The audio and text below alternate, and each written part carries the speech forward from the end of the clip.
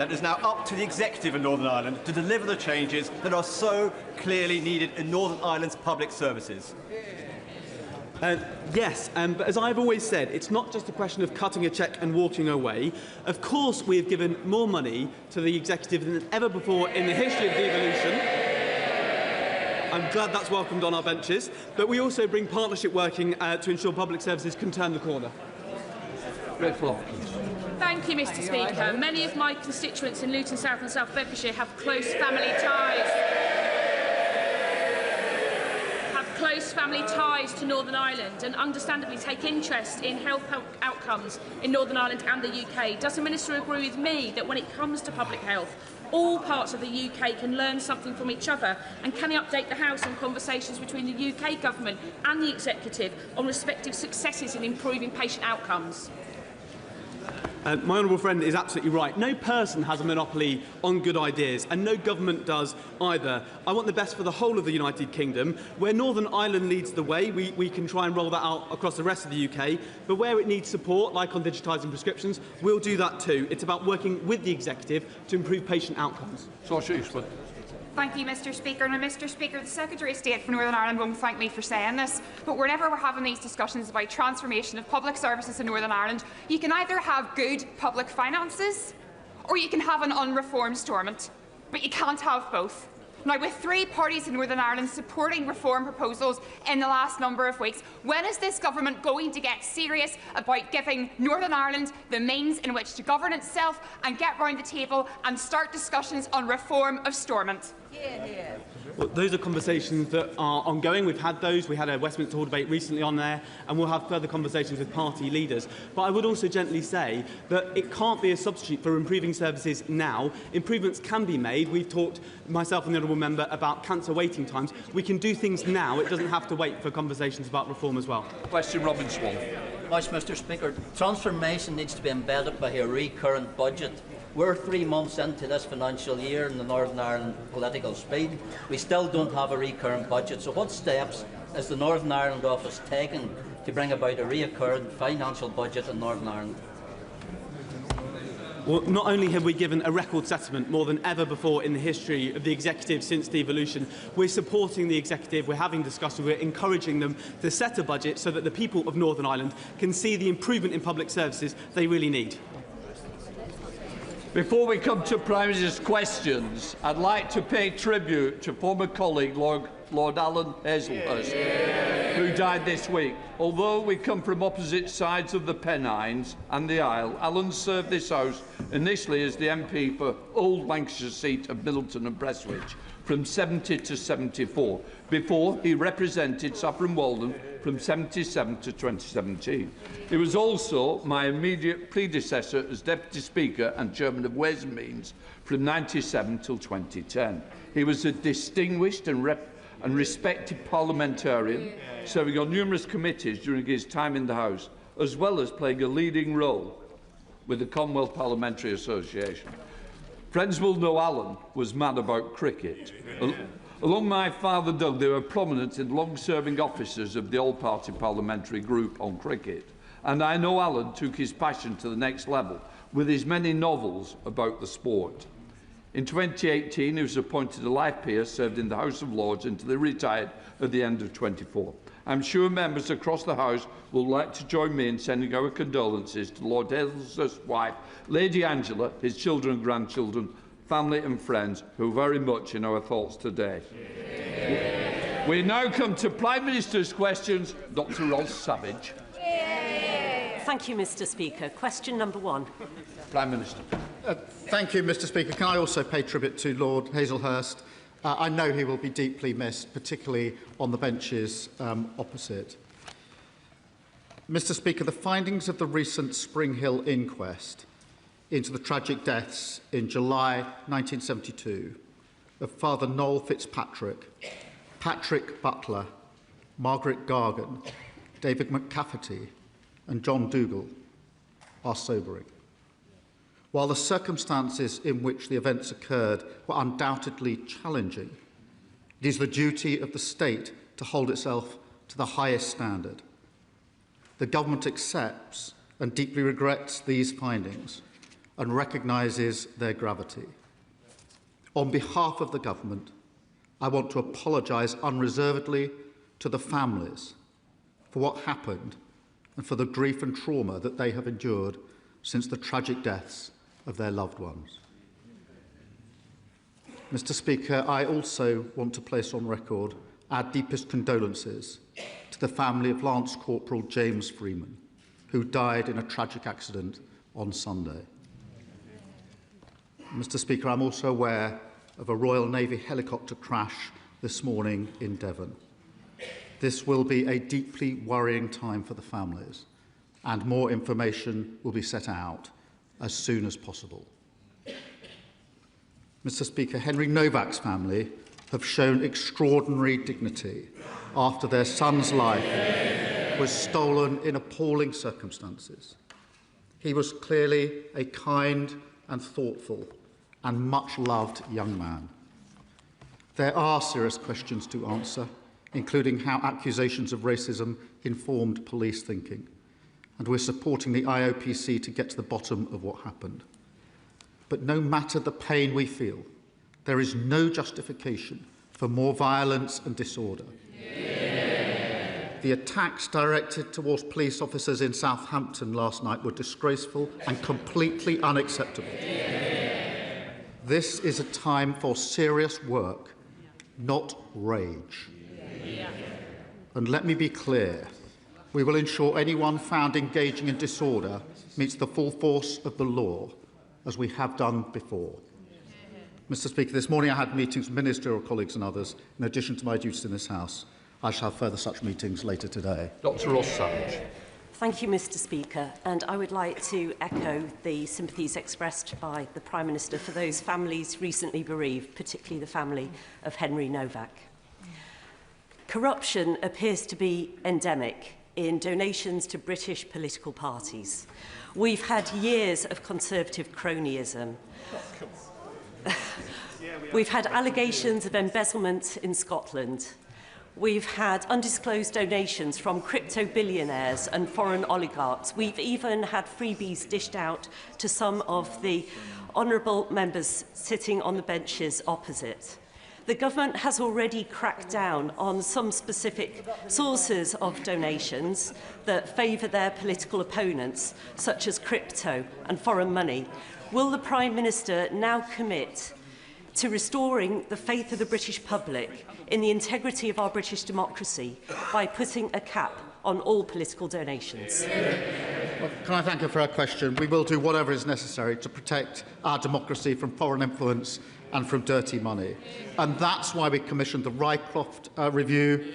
We capped overseas donations and introduced a moratorium on crypto donations. And we're taking further action as set out in the King's speech. But the £5 million pound question still remains. Why is the leader of Reform dodging questions about his donations? And why did he keep it secret in the first place? Thank you, Mr. Speaker. I'm proud that after decades, it is this Labour government putting passengers before profit by bringing GTR, Southern, Gatwick Express into public ownership. The previous government shelved plans to unblock the bottleneck at East Croydon Station. This not only causes delays from Bedford to Brighton, but leaves constituents at Norway Junction Station in lift limbo. So will the Prime Minister look again at the Croydon Area Modelling Scheme, back my campaign to unblock the Croydon bottleneck? And does he agree with me that by bringing our railways back into public hands, it is this government that is getting us back on track? Well, can I commend her campaign to address the Croydon bottleneck? The last government cancelled work to address this. We will carefully consider the case for upgrades, including step-free access at Norwood. I'm proud that her constituents are travelling on rail services that are now back in public ownership and benefiting from the first freeze in rail fares for 30 years. Labour government transforming our railways and building a fairer Britain. Come to the Leader of the Opposition, Kemi Bennell. Mr. Speaker, can I echo the Prime Minister's words on Lance Corporal James Freeman and also about the Royal Navy helicopter crash in Devon? I also want to share my deepest condolences to the family and friends of Henry Novak. The circumstances around Henry's wrongful arrest and tragic murder must be a wake-up call to the entire country and our institutions that every life matters, and it is the responsibility of everyone in this House to bring people together, not divide them. Mr. Speaker, with your permission, I would also like to take this opportunity to pay tribute to Sir Alan Hazelhurst, Lord Hazelhurst, who died on Monday. Sir Alan served Parliament for over 50 years, 8 of them in the Lords, 40 years as my predecessor as MP for Saffron Walden. And from 1970 to 1974, he was also the Member of Parliament for Middleton and Prestwich. He was respected on all sides of this House, elected multiple times as your predecessor, Deputy Speaker, before he concluded in the other place. Apart from serving his constituents, his greatest passion in Parliament, and perhaps in life, was, as you said, cricket. He was chairman of the all-party parliamentary group for cricket, a role which he encouraged me to take up and which I graciously declined, telling him I knew absolutely nothing about cricket. But I think colleagues should know that the reason Sky Sports can be found on the parliamentary TV network is because of Sir Alan's intense lobbying. There is so much to say, but I think just letting everyone know that he was a good and kind man, and he will be very much missed. My thoughts are with his wife Angela and his children Mark, David and Emma, and his grandchildren. So, Mr. Speaker, can I ask the Prime Minister, by how much has the welfare bill risen since he came to office? Mr. Speaker, can I just first thank her for her approach and her tone in relation to the Henry Novak tragic case. In relation to welfare, Mr. Speaker, as she knows, we inherited a broken system from the party opposite, and we are now improving that system. We are now improving that system, delivering a youth guarantee, rolling out 300,000 work experience placements, and commissioned Alan Milburn's review into youth unemployment. They're the steps that we were taken. As she will know, the number on welfare went up hugely on their watch, as did the cost under the Shadow Chancellor.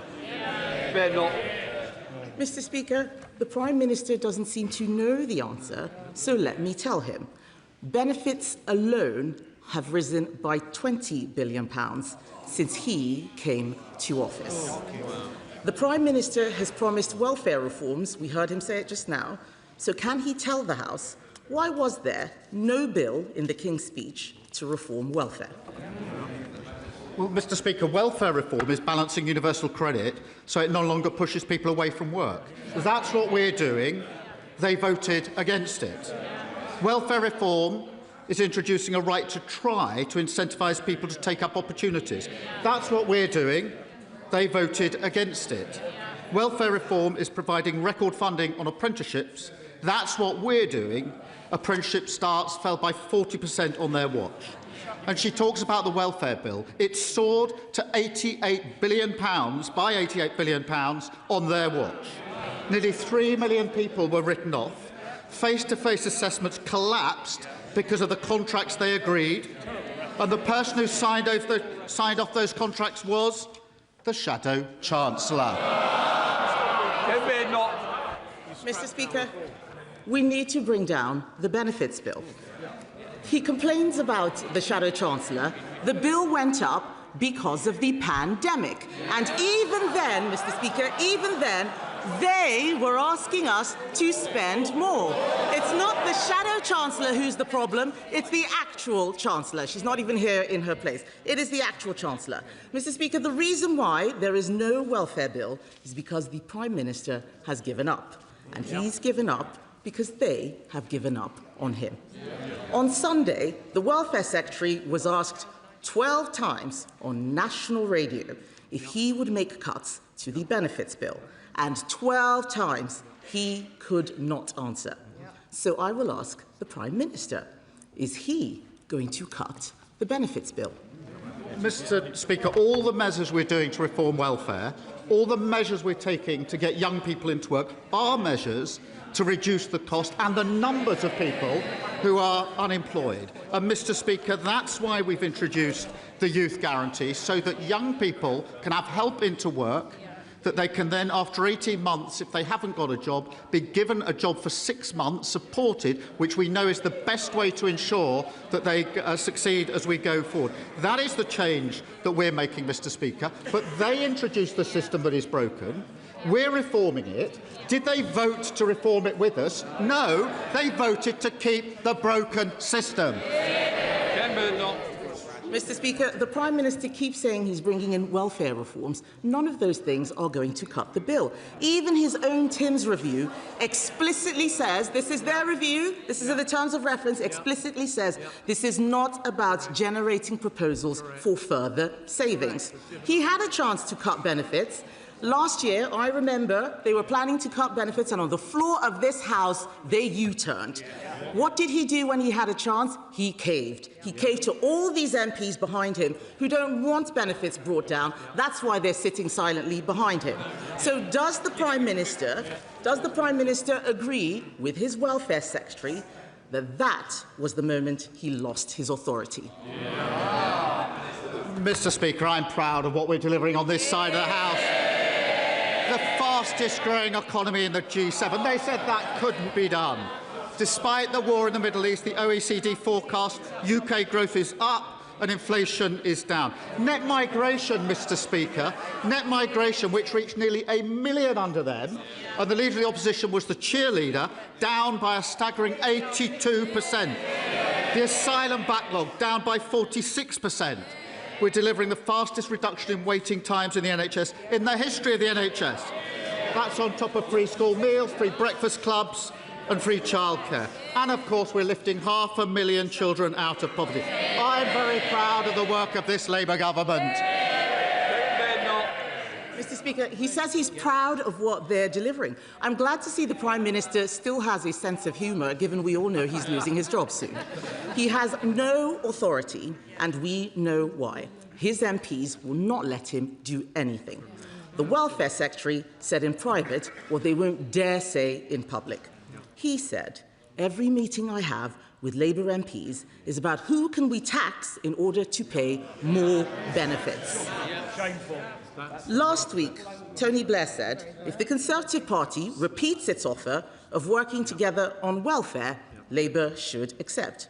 So today, I am repeating that offer to the Prime Minister. Is he ready yet? Prime Minister. Mr. Speaker, they introduced a system that's broken, and they put the bill through the roof, and now they want to give us advice on welfare. No thanks.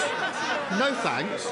The question should always be not what benefits people are entitled to, but what help we can give people to change their life. That's what the Work and Pension Secretary was arguing, and he's right about that. And it's a Labour government that's helping people into work. And she asked what we've done. She asked what we've done. More rights for renters, stopping unfair rent strike. That's 11 million people given greater security and a place to call home. More rights for workers, Mr. Speaker, including bereavement leave on day one. Ask anyone who's lost someone and they'll tell you just how important it is to have bereavement leave, and lifting 500,000 children out of poverty. We often say in this House that every child should go as far as their talent or ability will take them. It does not happen if they're growing up in poverty. And the party opposite have fought us every turn. I'm proud of what we're delivering. There's much more to do.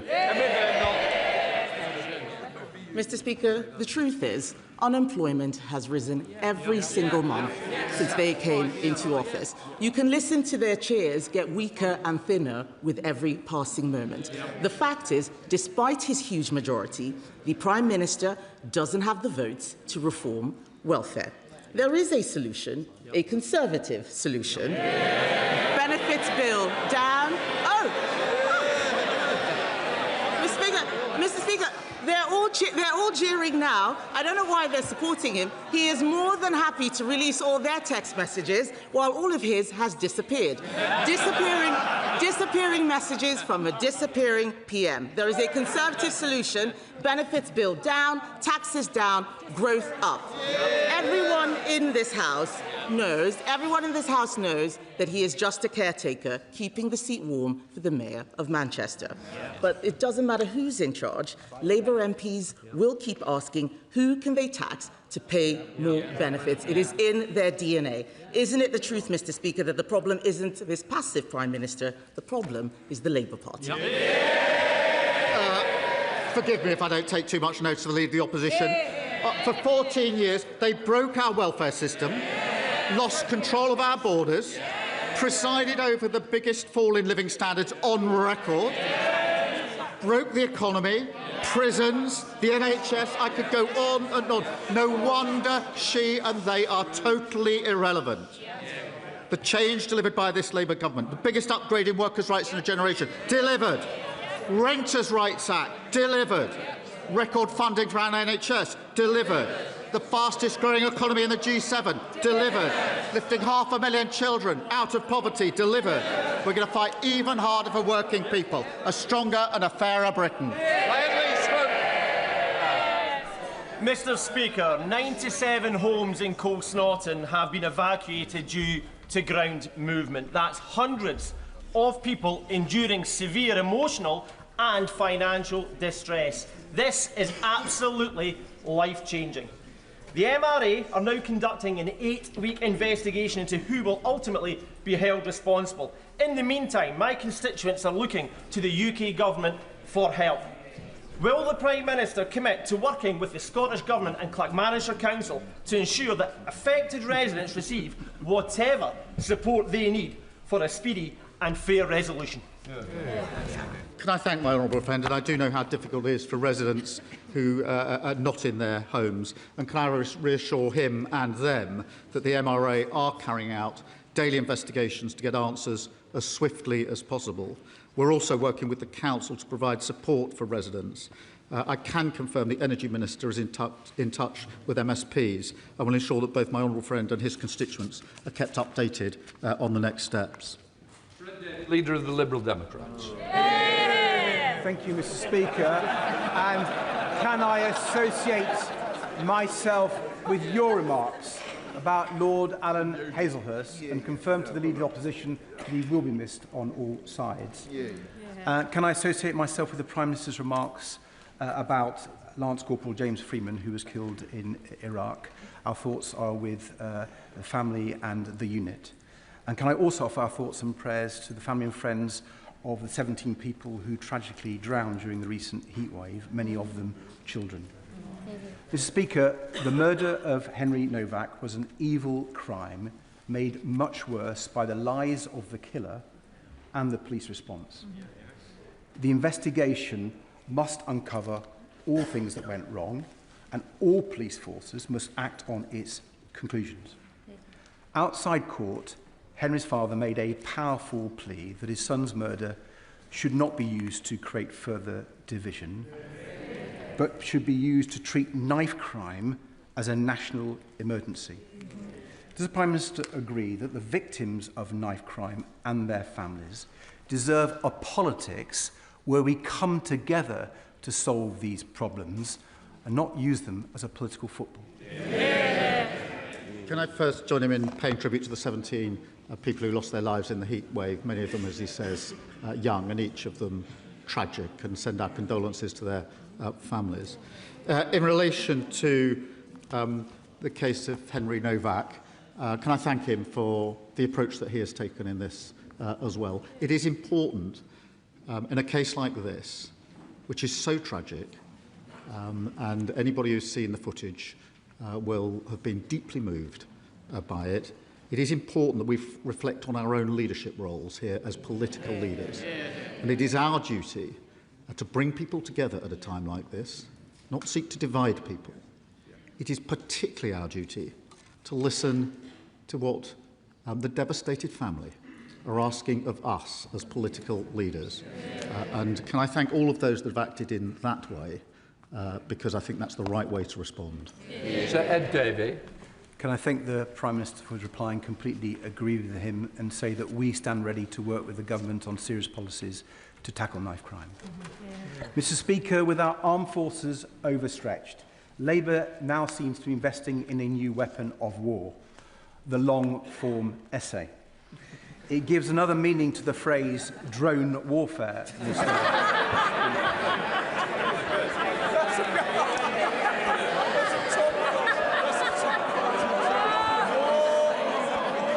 Tony Blair says the UK should suck up to Donald Trump, kowtow to US tech barons, and go slow on Europe. The Prime Minister must be grateful for this rare endorsement of his agenda.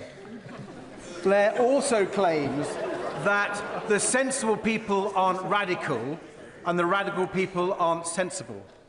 Is the Prime Minister concerned that unless he changes course, he will be remembered for being neither radical nor sensible? Well, he rather spoiled what was quite a good gag.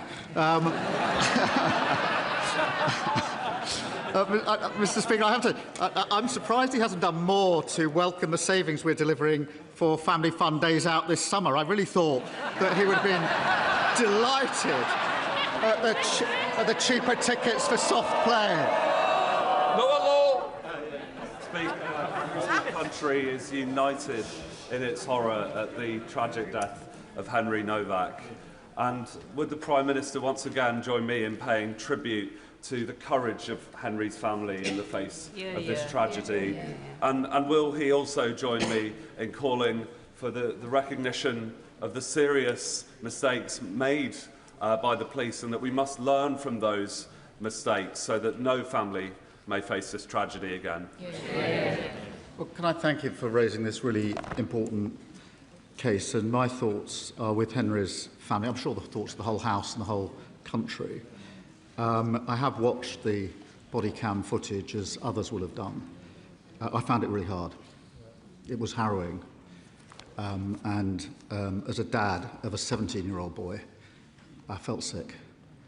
I can only imagine how devastated his family are. It is extremely moving. Henry's life has been stolen. His family have responded with incredible and immense dignity and bravery. Now, there clearly are lessons, Mr. Speaker, that need to be learnt, serious questions that need to be addressed, not least this question of how accusations of racism informed decision-making in such cases.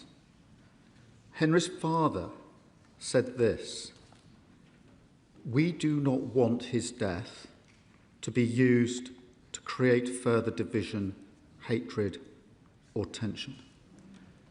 They're the words of a grieving father who's lost his son. We do not want his death to be used to create further division, hatred, or tension. I think those words have resonated with people across the country. We must not allow this tragedy to be hijacked by anyone who seeks to divide us. Nigel Farage. Thank you, Mr. Speaker. Following the horrendous circumstances of Henry Novak's death, can I urge the Prime Minister to consider this? It is now clear to growing millions in this country that we're living under two-tier policing. The instructions that are given to police officers from police bosses are clear and written down in ink. It says you must treat different ethnic groups in different ways. That, apart from the upset and the anger at the circumstances of his death, the anger that you saw spilling out in Southampton last night,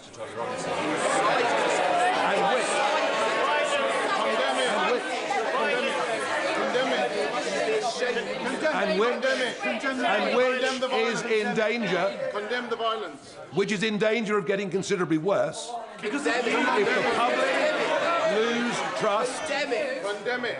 If the public lose trust in being treated fairly by the police, can he take some action, end this divisive practice of two-tier policing, and make sure that all British citizens are treated the same?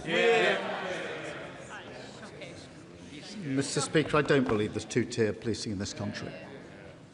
I'm really shocked that he pretends to have respect for Henry's family and then acts in this way. They are a grieving family. Mr Brash, please. It's a very important question. I want to hear the Prime Minister. If you want to carry on, go outside, please, Prime Minister. The grieving family have asked us not to respond in the way that the Leader of Reform has responded. They've asked us not to. They have lost their son in the most appalling circumstance. They make a simple plea of us as human beings to please not exploit that. That is their plea to us. And we all need to reflect on those words of Henry's father. My response, and the response of others, to be fair, has been focused on the lessons to be learned so we can deliver justice. His response has been to appeal for rage. Rage. That's his response to a father who's lost his son, and ask for that not to happen. Exploiting this tragedy to create grievance and division would be wrong in any circumstances, but to do it when the family are expressly saying, please don't, is unforgivable. It shows exactly who he is. Thank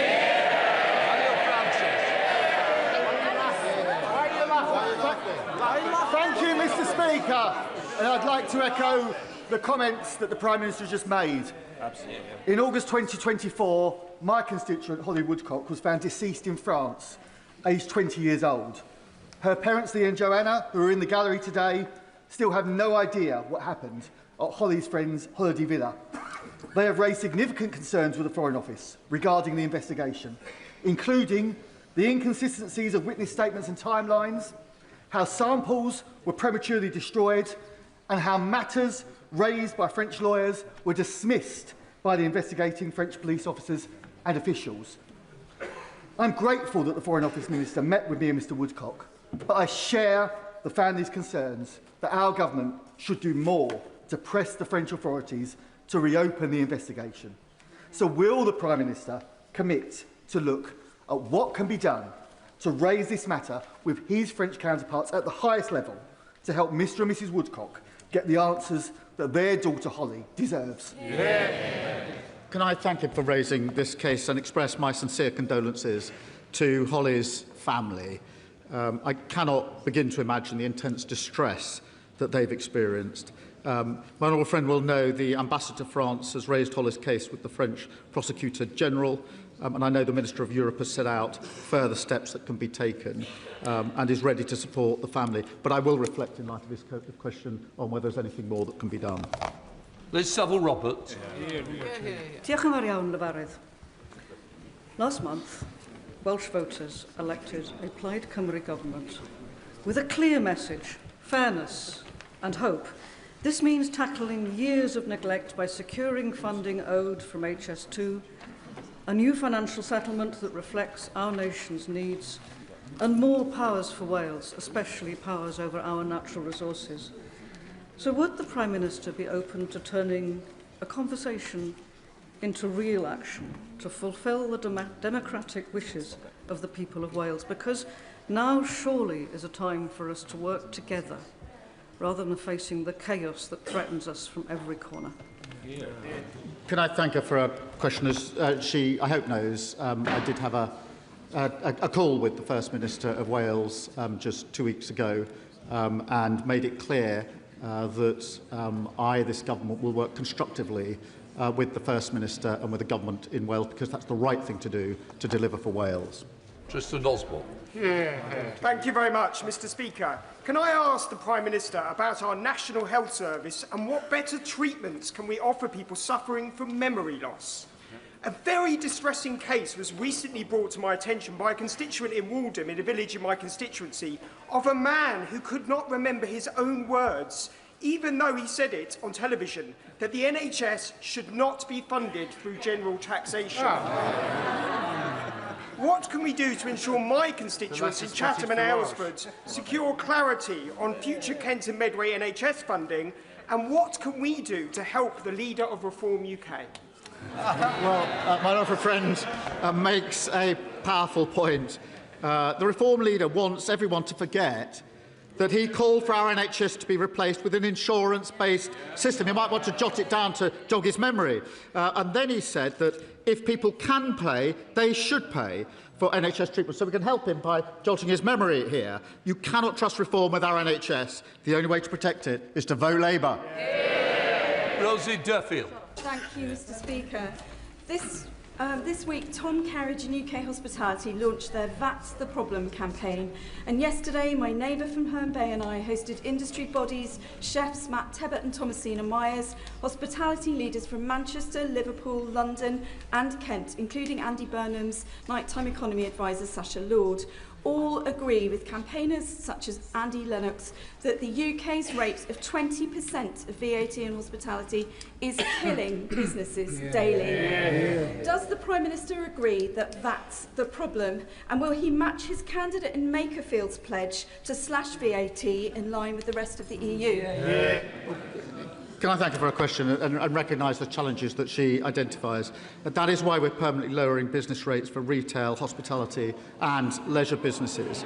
Every pub will get 15% off its new business rates bill, and bills will be frozen in real terms for a further 2 years. In relation to VAT, she'll see that we are supporting, by cutting VAT on children's meals in restaurants, particularly over the summer period, with the savings that were set out 2 weeks ago by the Chancellor. Thank you, Mr. Speaker. Every year, around 160 university students commit suicide. That's more than 3 every week. Yet there is no established duty of care on universities to protect the health, safety and welfare of their students. This is not about creating excessive burdens on universities, but requiring them to take reasonable steps to prevent injury or harm to their students where the risk is reasonably foreseeable.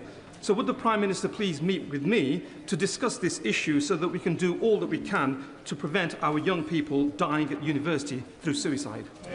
Well, Mr. Speaker, any death from suicide is a tragedy, as everybody across this House will know. We're bringing together students, bereaved families, universities and the NHS to strengthen the mental health support provided to students, and we've appointed a student support champion to drive improvement across our universities, and the Minister will be happy to discuss that and other matters with him. Andrew Rossen.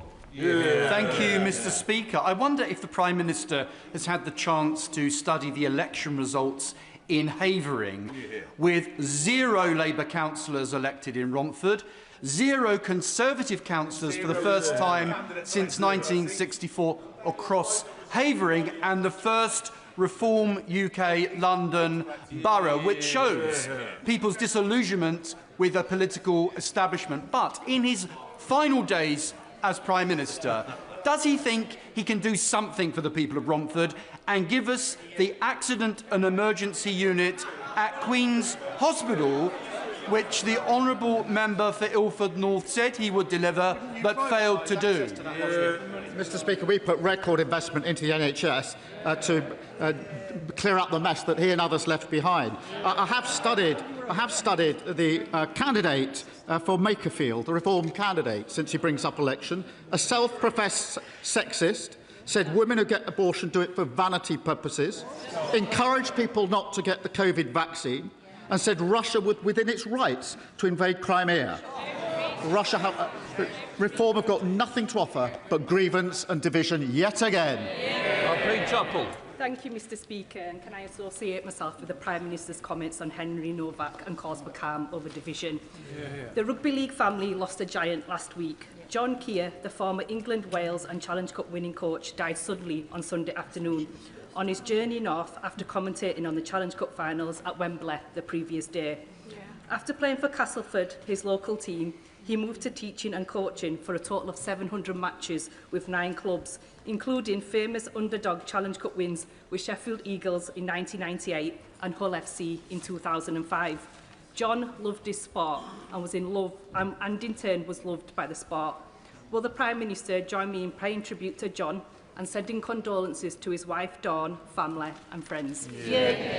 Can I thank her for raising this and pay tribute to John? We're all deeply sad to hear of the passing. He was a remarkable athlete, coach, and an energetic and enthusiastic champion of his sport.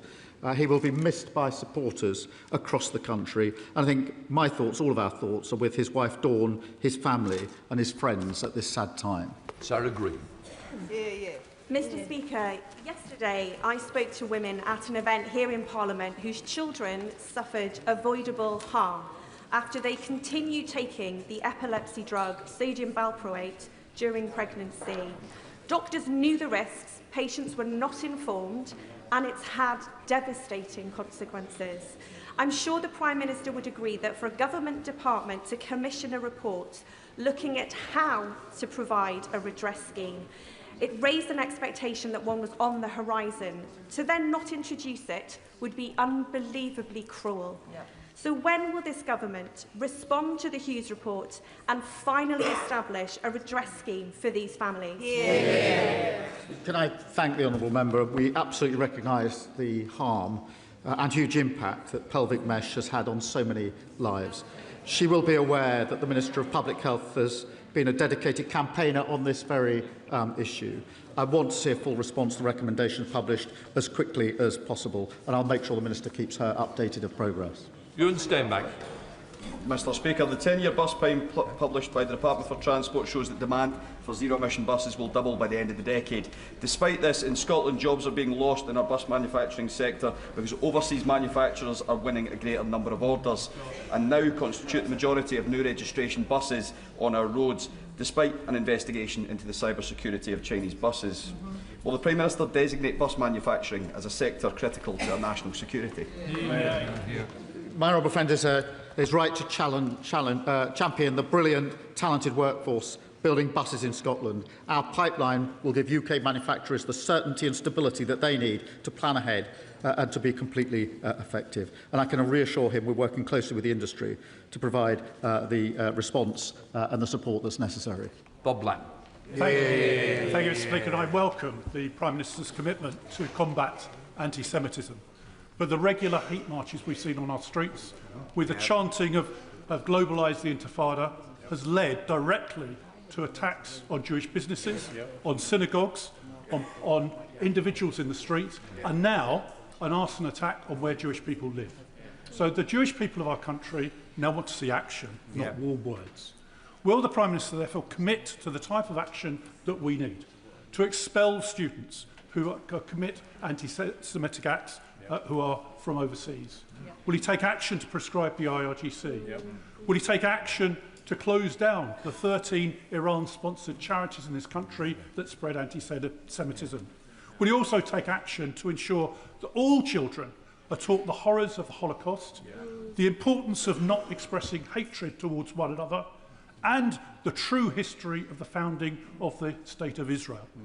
The Jewish people of this country want to feel safe on our streets and in their homes and in our country. So will the Prime Minister take the appropriate action? Can I thank him for his question? And we are united in our belief that we must fight the poison of anti-Semitism wherever it is found. We are investing more to keep Jewish communities safe, more police patrols, greater security at schools and synagogues, and investing £7 million to tackle anti-Semitism within our universities, and bringing in prescription-like powers to clamp down on malign state activity. We will set out further steps in coming days, and I'll make sure he's fully informed of the steps that we're taking. Thank you, Mr Speaker. Mr Speaker, less than 48 hours ago, the family of Henry Novak stood on the steps of Southampton Crown Court and gave a courageous and dignified statement in which they said, "We want to use Henry's heartbreaking story to make change for the better. We do not want his death to create further division, hatred or tension. We want his story to help make our streets safer for everyone." Does the Prime Minister agree with me and my constituency neighbour in Southampton Test, Satvir Kaur, that the violence we saw whipped up on the streets of Southampton last night, the criminal damage to innocent people's homes, the injuries to 11 police officers, are the total opposite of what Henry's own family clearly and powerfully called for? Can I thank him for his question and thank him for the discussion that we had this morning about the impact in Southampton, and thank him for the work that he has done along with his fellow MP and, if I may, the Honourable Member for Thurrock, who's been dealing with Henry's family for some time.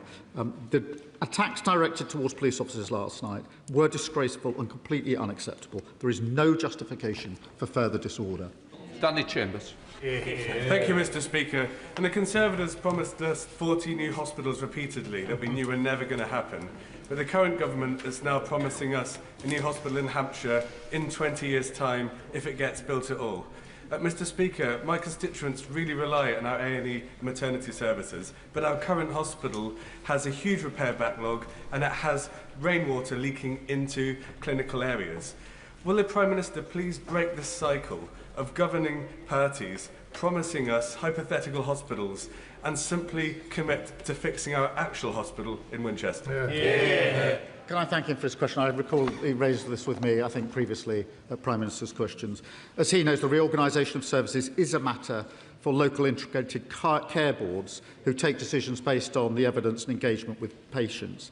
Across the country, patients are benefiting from the £450 million investment that we've provided to expand urgent and emergency care capacity.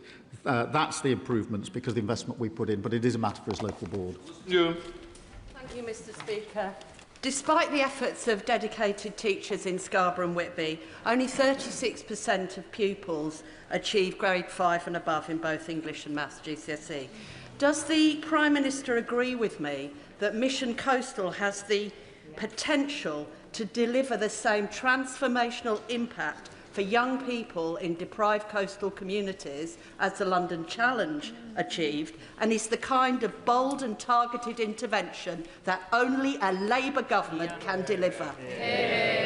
Can I thank her for her work championing on such an important issue? Mission Coastal will help break the link between background and success, giving the most disadvantaged children mentoring, career support and enrichment opportunities, because we believe that no matter where you grow up, every child deserves the same opportunities to succeed. Victoria Collins. Thank you, Mr. Speaker. This government's top-down housing targets, which are about to almost double in my constituency, mean communities like Redbourne and Tring are about to see huge-scale development while infrastructure is bursting at the seams. But while a supposedly affordable new build in my patch is more than £500,000. So no wonder Hannah, one of my sixth formers, says she can never dream of buying a new home and have to leave the place where she grew up. So will the Prime Minister urgently review these targets and come and speak to Hannah and our constituents, see how the targets, these top-down targets, are not delivering the affordable homes, the services we need, or protecting our precious land? Prime Minister, please. Look, we inherited a housing crisis with people unable to have the security of their own home or even get onto the housing ladder. We are determined to change that. We have invested £39 billion to deliver more social and affordable homes, prioritising brownfield land. We must build more communities with strong infrastructure, but her party consistently votes against the planning reforms that will actually allow those homes to be built. Final question, Calvin Bailey. Thank you, Mr. Speaker. Yesterday, the Health Secretary confirmed that all eligible black men will be invited to the Transform trial. As chair of the Prostate Cancer APPG, I welcome this vital step towards screening for this terrible disease, for which black men have doubled risk for both diagnosis and death, something which Reform have responded to with nothing but divisive weasel words and rage baiting. Does the Prime Minister agree with me that our NHS was founded by Labour to be there for everyone equally, and when there is a proven higher risk, targeting support is equality? Can I thank him for his work as chair of the Prostate Cancer APPG? This programme is England's first targeted cancer screening programme.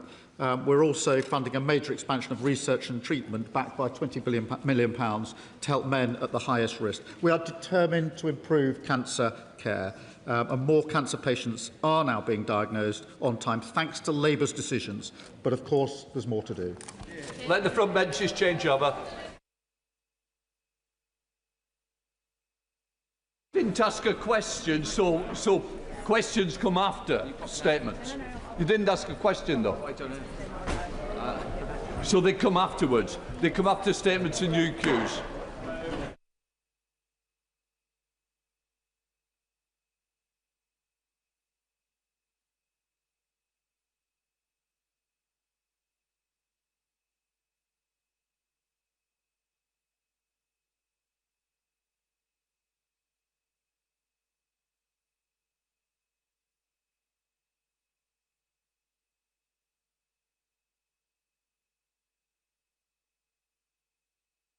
We now come to the urgent question. Sir Roger Gale. Thank you, Mr. Speaker. I am most grateful. Mr. Speaker, would the Secretary of State for the Environment make a statement following the disruption of water supplies throughout the area served by South East Water during the spring recess? Thank you, Mr. Speaker, and thank you to Sir Roger for asking this question. And I'd like to update the House on the water supply disruption in Kent. I'd like to begin by expressing my sympathy for those affected by this disruption. Being without water is distressing at any time, but particularly during a period of hot weather and school revision and examinations. This is now the third major outage affecting South East Water customers in recent months, and it is simply not acceptable.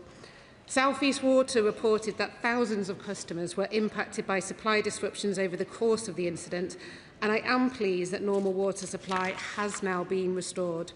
I met with the interim chair and senior operational staff twice during the course of the incident, including on Sunday this weekend, and the DEFRA team met with them daily to hold them to account for this incident and requested that they set out how they will compensate customers for this by the end of this week. Water supply disruption causes significant cost to businesses and impacts the most vulnerable in society.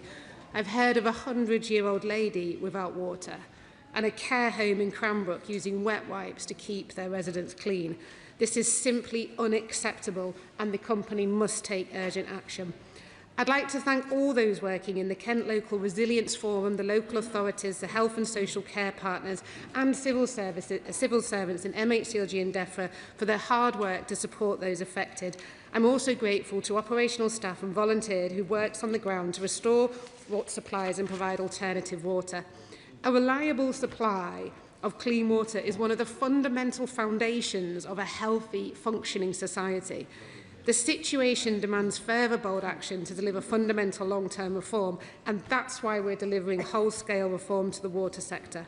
Through our Clean Water Bill, we will create a new, single, powerful regulator, giving us for the first time a clear system-wide view of company performance and the tools to intervene more quickly when companies fall short.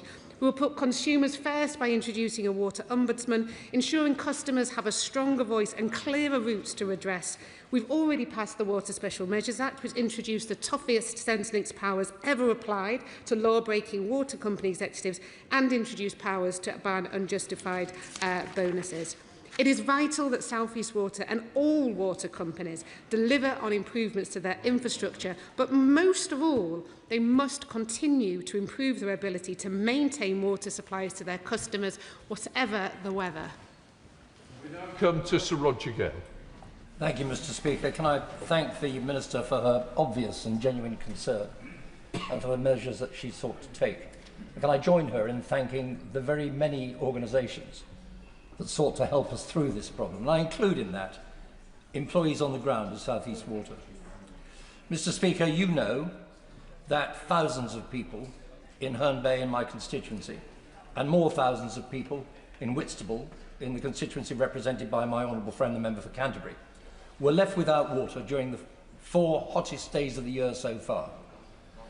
That is totally inexcusable and totally unacceptable. Not only were households disrupted, but at the very time when they should have been having a glorious start to their season, guest houses, hotels, restaurants, pubs were shut. Care homes had frightful problems. A doctor's surgery lost its consultations because they didn't have water. There is no quick fix to this. The Broad Oak Reservoir should have been built 50 years ago. It'll take 10 years if we start tomorrow.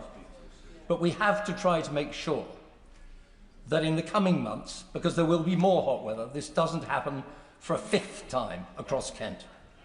And Mr. Speaker, finally, could I say that I do believe that the water companies face a very real problem in the regulations as they stand. They are required by law to connect every new house to a supply. They are not consultees in planning applications. We have to correct that. They have to be given a voice because they cannot spirit water out of thin air. Yeah, well done. Emma Hardy, Minister. I thank the right honourable gentleman and share his outrage at the situation. And he's quite right to say that one of the answers is the reservoir, and he's quite right to say that it's going to take a long time in which to build it. But it's not just the reservoirs, it's the desalination plants, but it's also they need to do more urgent action on tackling leakage. Too much of the water that is produced is lost through leakage. We're also sort of looking across government at building standards for new homes. How can we make homes more water efficient? Because this is a big problem. And one of the things I hope which will offer him some reassurances, NISTA have been doing some work around mapping to identify areas of the country where we have more acute water shortage problems to look at what we need to resolve it. One of the things I was saying to the company is, like, what are the actions you can take now? There's no excuse for their poor communication. That's something they can fix overnight. They can improve their communication. They can improve their relationship with the local resilience forum. That doesn't cost any money. They can look at the bulk supply deal they have with Southern Water. That's another action they can take. They can accelerate their work on leakage reduction. That's another action they can take. But fundamentally, he's quite right. The answer is building reservoirs and having greater storage of water across our country. And it is quite frankly, I think, ludicrous that we're in a situation where we complain about the rain all through the winter and complain about the drought all through the summer, and we have no way of storing it, and that's something I'm trying to change urgently. Just to remind her, this is about South East Water, not other water companies, so I'm sure all questions will be linked to that. Show Sanchez. Thank you, Mr. Speaker. Like many of my constituents, I have lost all faith in South East Water after the repeated failures to deliver adequate standards for customers in my constituency and across Kent. The latest incident left around 4,000 of my constituents having to cope for days with no water entirely, an intermittent supply or low water pressure. South East Water's failure to invest in infrastructure means I have no confidence they will be able to provide a basic standard of service. Moreover, they kept the hosepipe ban until February this year, and there was no preparedness for the hot weather that was coming up. So there is a lack of understanding for the senior leadership within that organisation. So what practical measures the government can do that we will not suffer in this coming summer months? Minister. I thank my honourable friend for his question and share with him the outrage of the situation, and he has been a fantastic champion for his constituents in raising this with me on a number of times. In terms of the action that they can immediately take, one of the things we've said to the company is that they need to be prepared for future hot weather during the summer. What is their plan? What is their resilience plan? What actions are they going to take? What are they going to do? You know, where can they identify immediate things they can take? The longer solution is the storage of water. That is the longer term solution. But I mean, fundamentally, I have to say, Mr. Speaker, this company is a water-only company. It has one job. That's all it has, one job, to supply water, and it's quite frankly astonishing that it is failing to do that at the moment. He will be aware they are under investigation from Ofwat, they're under investigation from the Drinking Water Inspectorate for its actual licence, and because of its recent credit downgrade, it is under investigation as to whether those licence conditions have been broken. So serious actions are being taken against this company now. I will, of course, update the House as soon as I hear more about the things they're going to be taking in the immediate short term, and just also to mention that the CEO has offered his resignation. The chair has already resigned. There is an interim chair, and the CEO is currently there while they're looking to replace him with somebody else. Shadow Minister Dr Neil Hudson. Thank you, Mr. Speaker, and thank you for granting this urgent question from my right honourable friend, the member for Herne Bay and Sandwich. And can I thank the Minister for her approach and engagement with this vital issue. It is deeply regrettable, Mr. Speaker, that we are here yet again with unacceptable outages from South East Water following the events back in December and January. The shortage of water supply in Kent in these hot conditions has had terrible impact on the local communities. Homes have been without water supply, schools and businesses impacted, farmers and horse owners again fearing not having enough water for their livestock. Local residents have lost confidence in their water supply and are switching to bottled water. That simply is outrageous. These repeated failures are simply not good enough from South East Water. We have heard repeated accounts about poor communication and logistics from South East Water, including difficulties in accessibility to collect bottled water, compromising vulnerable residents. Can the Minister please provide guidance on what is being done to ensure that people can reliably, moving forward, access adequate supply, particularly vulnerable households? And what is being done to ensure vital healthcare delivery can continue uninterrupted? And in these hot conditions, what measures can be put in place so that farmers and horse owners will have enough water for their livestock? What meetings has the Minister had with South East Water, Ofwat, the Drinking Water Inspectorate, local resilience fora and affected councils since this latest disruption? Mr. Speaker, we've seen resignations at the top of South East Water, but we are yet to see any change in performance. What enforcement action is being considered against South East Water if it is found again to have failed its statutory duties? And what investment has South East Water committed to improve resilience in Kent, Sussex and other areas, and how will ministers ensure that it's delivered?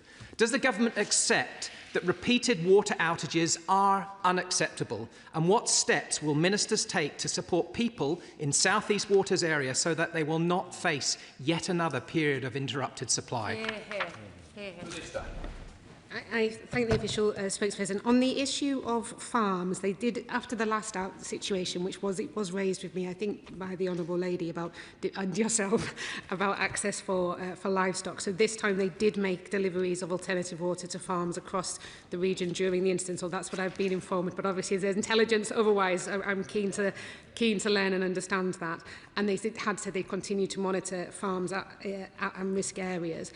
On the issue of vulnerable customers, this continues to be a challenge. So one of the things I've been talking to the Cabinet Office around is there a way that we can share more accurate information and data? Because what the water companies say is keeping their priority register up to date is quite challenging, because sometimes people fall in and out of being vulnerable, classified as vulnerable. For example, a lady who's pregnant is classified as vulnerable and needing water, but obviously when she's had the baby, she's no longer classified as being vulnerable in the same way. So how can we maintain accurate records of who's vulnerable and who would need additional water? So I'm having those conversations with the Cabinet Office around, is there a way to share data, but bearing in mind it's sensitive about sharing information, so there's always a complication there. So one thing I would ask all colleagues to do, if we can try and encourage all of our constituents to identify, self-identify through the Priority Services Register if they're classified as vulnerable, so that they can get the expected water.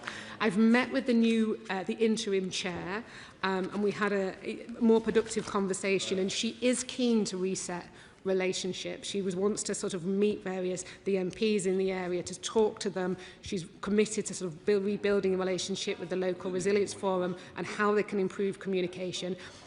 To be fair to her, I think she's been there a few weeks, so this is very, very early on in her interim chairship. So I think there's something that we can work on and build on, because there are things they can do now around communications, and I'm quite concerned by him saying there was an accessibility problem around drinking water stations.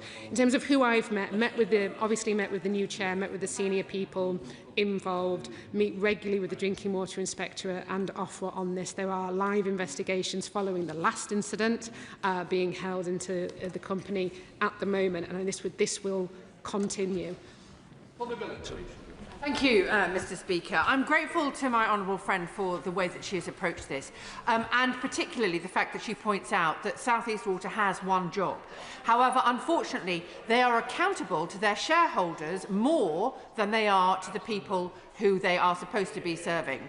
Can I make a suggestion, notwithstanding the reforms that the government has already put in place with regard to the water industry, suggesting that maybe in future, rather than simply fining these companies when they fail so catastrophically, taking that fine, the amount of that fine as stock in the company to be fully held by a locally convened water board, so that residents themselves have some form of control and accountability for the decisions that are made, because otherwise we are relying on extractive capitalism to destroy our water supply.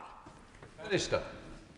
My honourable friend makes a very powerful point, and I do want to highlight that in the white paper we did say in there that where water companies might want to transition to new ownership models, such as not-for-profit, for example, the regulator will develop a transparent process to assess whether that water company's requested move to the new model will go ahead. So we are looking at developing a transparent process if that is something that the water company might want to look at. But in terms of increasing the customer voice, which she's absolutely right about, on day one of this government coming into power, we announced new consumer boards for water companies. The Consumer Council for Water has done the entire country, gathering together different people for these customer panels. They've held one already in the South East Water area, where the customers there can count very much like a select committee hearing, those water company bosses, and the report from that, obviously, I will share with the House, but is really interesting. The number one issue that came up from this area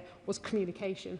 Lack of communication and lack of adequate communication was the number one thing they can tackle, and that doesn't require millions and billions on a reservoir, that just requires competence. Sarah Dyke, Liberal Democrat spokesperson. Mr Speaker, leaving thousands of South East Water customers without access to drinking water has become a pattern of neglect, enabled by a water system that fails to hold water companies accountable for their actions, whether it be environmental destruction or consistent water disruptions. This situation is simply unacceptable, but the government's timid reforms do not rise to the scale of the challenge. We don't need more tinkering, we need a total structural overhaul. So given the repeated failures in water supply and sewage pollution seen in South East Water area and across the country, will the Minister back Liberal Democrat proposals for a mutually owned public benefit model for water companies, focusing investment on the environment, on customers and infrastructure, rather than lining the pockets of water company bosses like South East Water? Minister. Of course, South East Water is a water-only company, not a sewage company, and I think there's many things we can criticise them for, but sewage pollution is not one of them. Since we came into power, as I said, on day one we introduced the customer panels. We've secured £104 billion private investment. We passed the Water Special Measures Act. We gave the EA more powers to monitor water companies and uncover wrongdoing. In fact, the EA have done over 10,000 inspections into water companies. They've uncovered 81 examples that have gone through to criminal investigation. And I do want to gently point out that under the previous government, coalition government, funding for the EA was cut by more than a half. We've also introduced criminal liability for water policies, introduced automatic penalties, reduced the burden of proof, introduced cost recovery, banned the sale and supply of wet wipes, looked at reforming our bathing waters, established the Water Delivery Task Force, and yes, there's more to do with the reforms we have. And on top of that, of course, we've abolished Ofwat. And on top of that, there is more work to do. But I think I stand quite proud on the record that we've already taken after years of inaction. Helen O'Donnell. Thank you, Mr Speaker, and I thank the honourable member for bringing this question. It's been an extremely distressing incident for my constituent served by South East Water on the Sussex-Kent border to see this disruption happening, many residents and businesses impacted. And I have to say that it's right the Chief Executive and the Chairman of South East Water have resigned, and I would urge the Government to look at the terms of the licence and whether those have been breached in this situation. But I also think we're here again in this chamber discussing another major water outage. The Minister knows we've had 2 major outages as well in my own patch. And what we see is time and time again the same mistakes and the same failures being repeated by the water companies. We looked at this on the Environment Committee and we found that they need to have clear plans of action in place, water stations in the right places, water stations that you can get to without a car, thinking about the impact on businesses and maybe delivering water to them to keep them open. All of these things every time get forgotten. And so could I ask the Minister to actually instruct all water companies in the country to have detailed emergency response plans in place for every constituency in the country that they work with the local MPs on, because we are the people on Christmas Eve, as happened to me last year, who've got the vicar's mobile numbers, the head teacher's phone numbers, and can set up those water stations, but they need to do that planning before disaster strikes and people lose water. So I urge her to look at that. Minister. I thank the Honourable Lady. So in fact, the licence, they have actually broken their licence conditions at the moment. Because of their credit, they've been downgraded by Moody's credit rating agency because of their performance issues, which is in fact, I think, the first time a credit rating agency has downgraded a water company over performance rather than over insolvency. So they are currently in breach of their licence. They're also being investigated on their licence from the drinking water inspector. It could be Ofwat. I will double check. under the consumer duty. Sorry, it is by Ofwat under the consumer duty for the fact that they've had supply outages in December and January. So that is happening right now. On the emergency response plans, yes, absolutely, they should have emergency response plans. Clearly, the emergency response plans that this company have are inadequate, which is why that we want to work with the local resilience forum and with the water company, with obviously with DEFRA officials as well, to make sure that they are improved before we have another short spell of hot weather. Thank you, Mr. Speaker. The Honourable Lady asked a very good question, which the Minister sort of touched upon, but I'm going to press her further, because parts of Merryworth Platt and often in my own area were left not only without water, but without the support necessary for those who are most vulnerable, until two fantastic councillors, Matt Borton and Sarah Hudson, both from East Peckham, really went in there and got into the fight with the water company to make sure that the water station was set up. What planning can she help with to make sure that that infrastructure is put in place? Because the water companies have got away with it for far too long. In this case, South East Water, let's not beat around the bush, has been the worst run company that I've ever come across, and it's quite right that the leadership has gone. By the way, Mr. Speaker, there are quite a lot of companies I've come across, so that bar is set quite high. But she has extraordinary discretionary authority to corral and to coerce companies to act. Could she please look at bringing forward a task group within regional areas in order to make sure that their water plans are in place and their emergency plans are in place, because otherwise we're going to have this again. I thank the gentleman for his thoughtful question. And of course, they do have a duty, they have a statutory duty to provide wholesome water. And if in the event that they can't, they must include provisions of alternative water supplies. These are set out in the Security and Emergency Measures Direction for 2022. So they have that statutory duty to actually plan and prepare. I think that's a really helpful suggestion. I would want them to be working with the LRF to sort of look at this, because, I mean, in this case, it was just a water supply issue, but often when we have incidences, potentially if it's flooding that takes out water supply, it's more than one issue happening at the same time. So I think it's important that they work really closely with the local resilience forum. And what I can commit to do is contacting the company and the local resilience forum to ensure that they have those plans in place, and also recommend that they speak to the local members of Parliament about those plans to ensure that they are that they are felt to be satisfactory, and of course, the councils for the local resilience forum to make sure that they are ready for, what will be another potentially hot summer. Okay. Thank you, Mr. Speaker. Constituents of mine in Sittingbourne and Sheppey have been really, really worried and concerned as they've seen along the coast, Herne Bay and Whitstable, and residents there being deprived of their essential water supplies. I mean, it shouldn't have come as a shock. We know that there's been 15% extra usage of water during the heat wave the other week. But farmers in March and April were telling me locally that the water supplies were really, really low in the swales on Sheppey.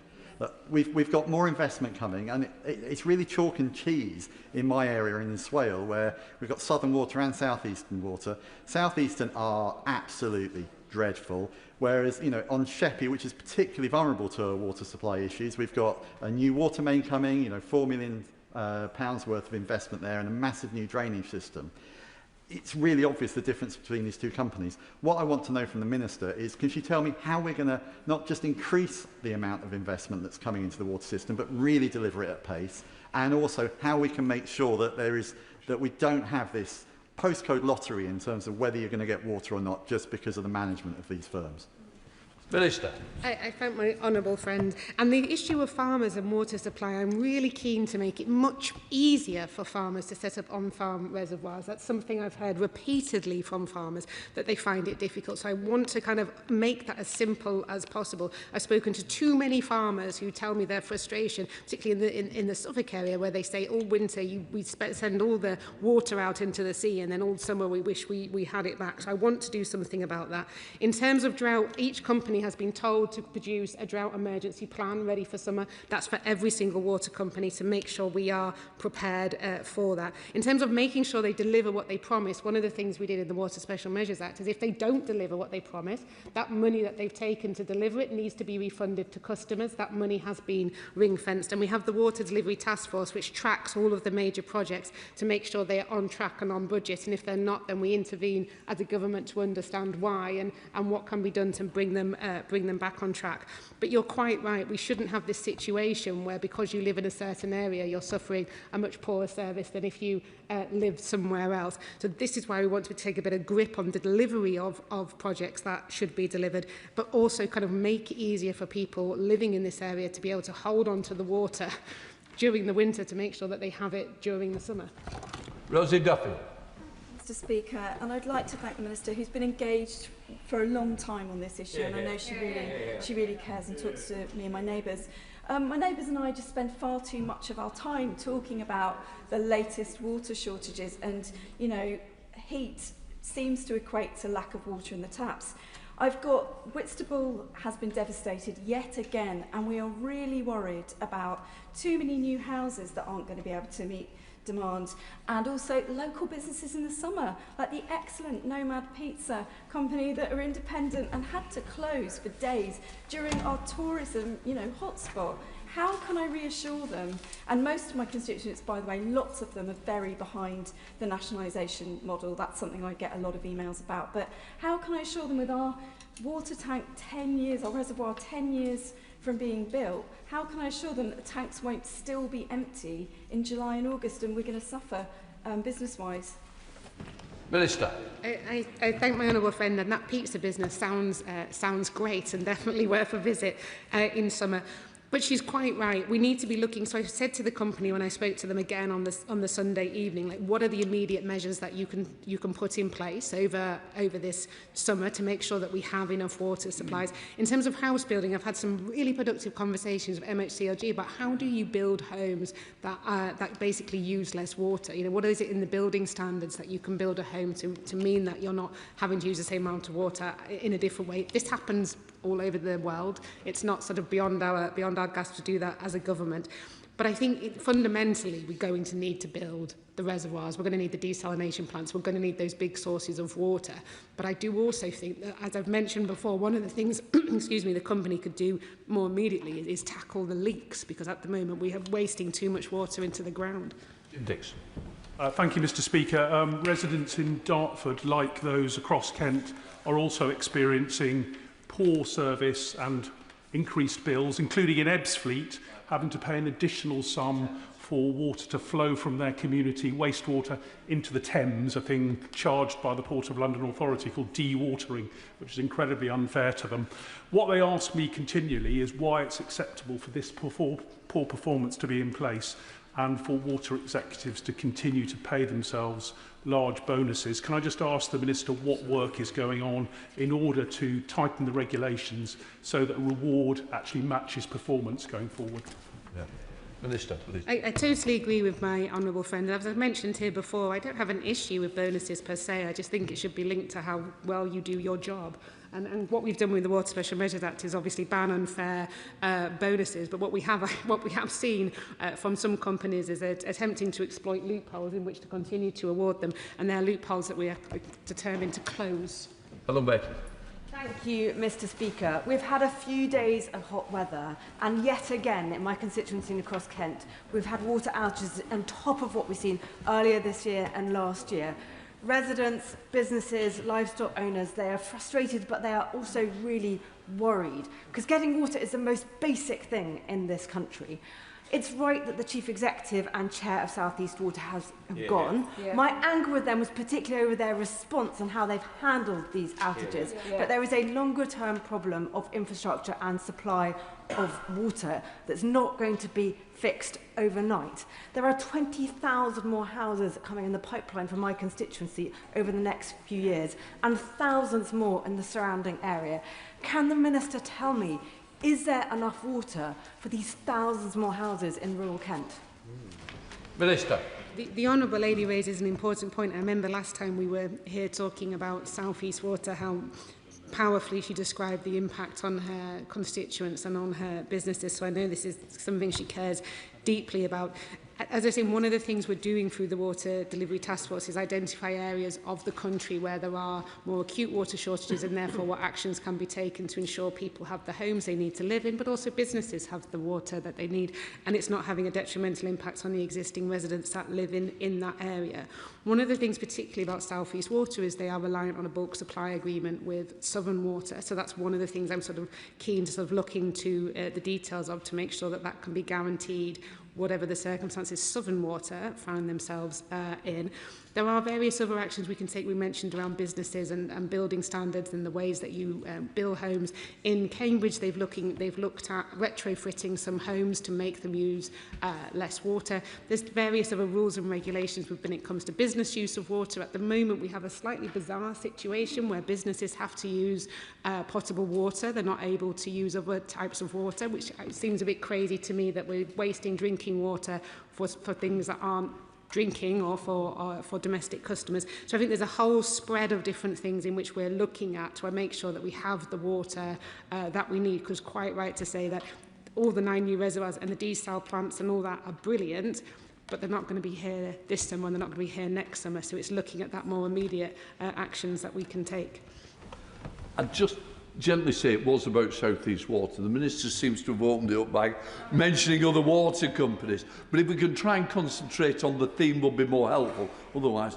And I'm going to test that example by Clive Efford, who I think is Thames Water, but I'm sure we'll link his question. Absolutely. I'm asking a question about South East Water, because what we've got here is a company that fell over at the first short period of hot weather, and you have to wonder what planning has gone on in that company that it fell over so quickly in the season.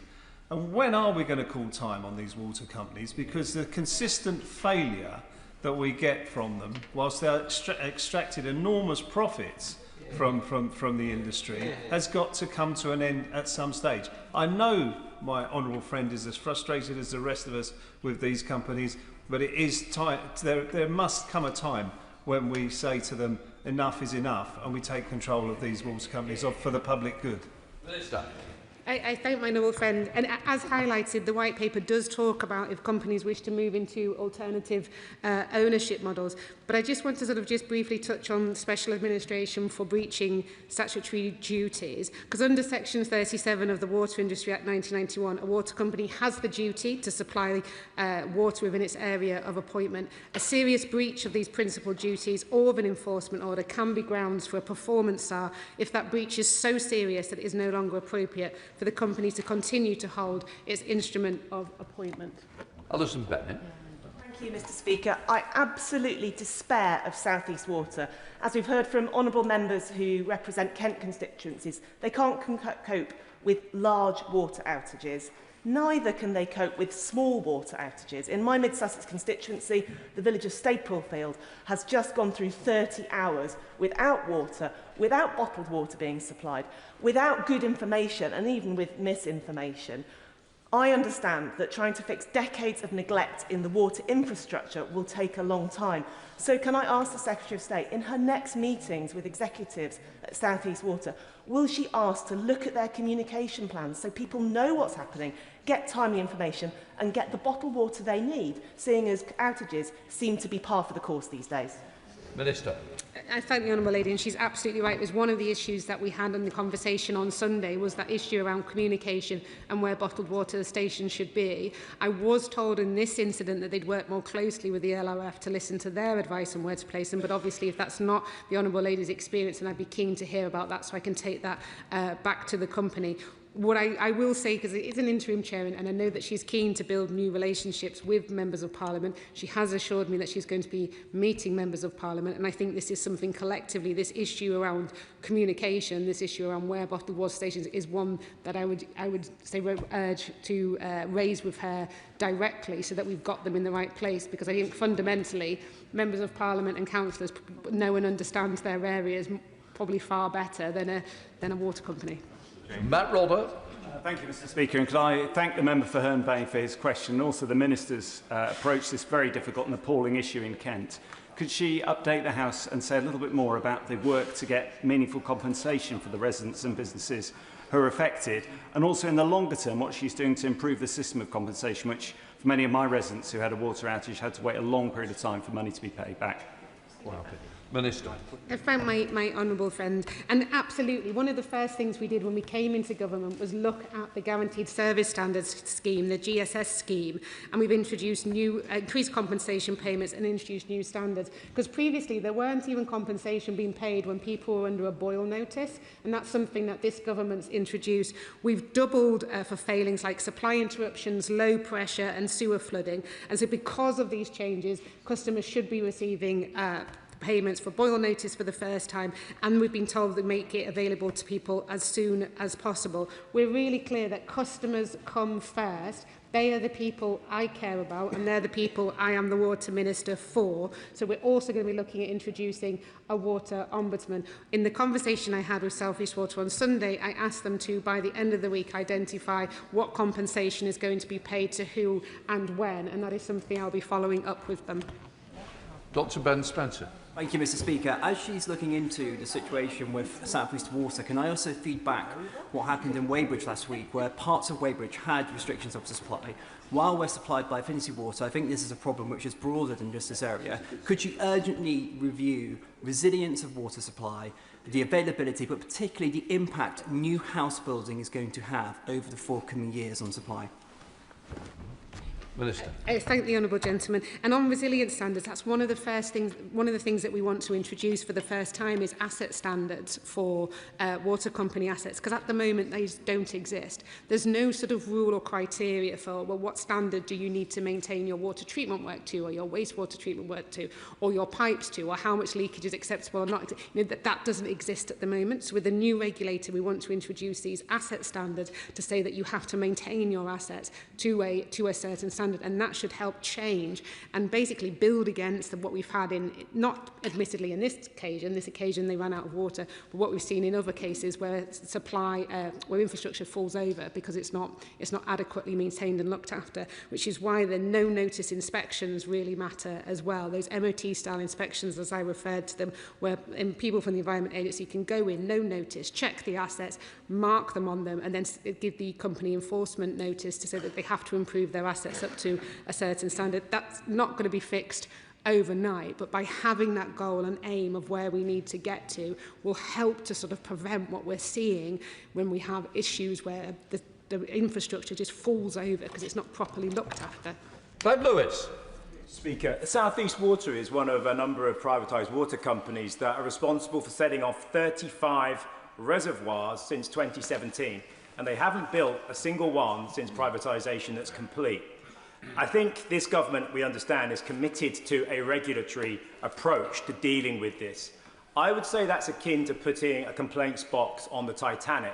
A nice idea, but I don't think it's going to work.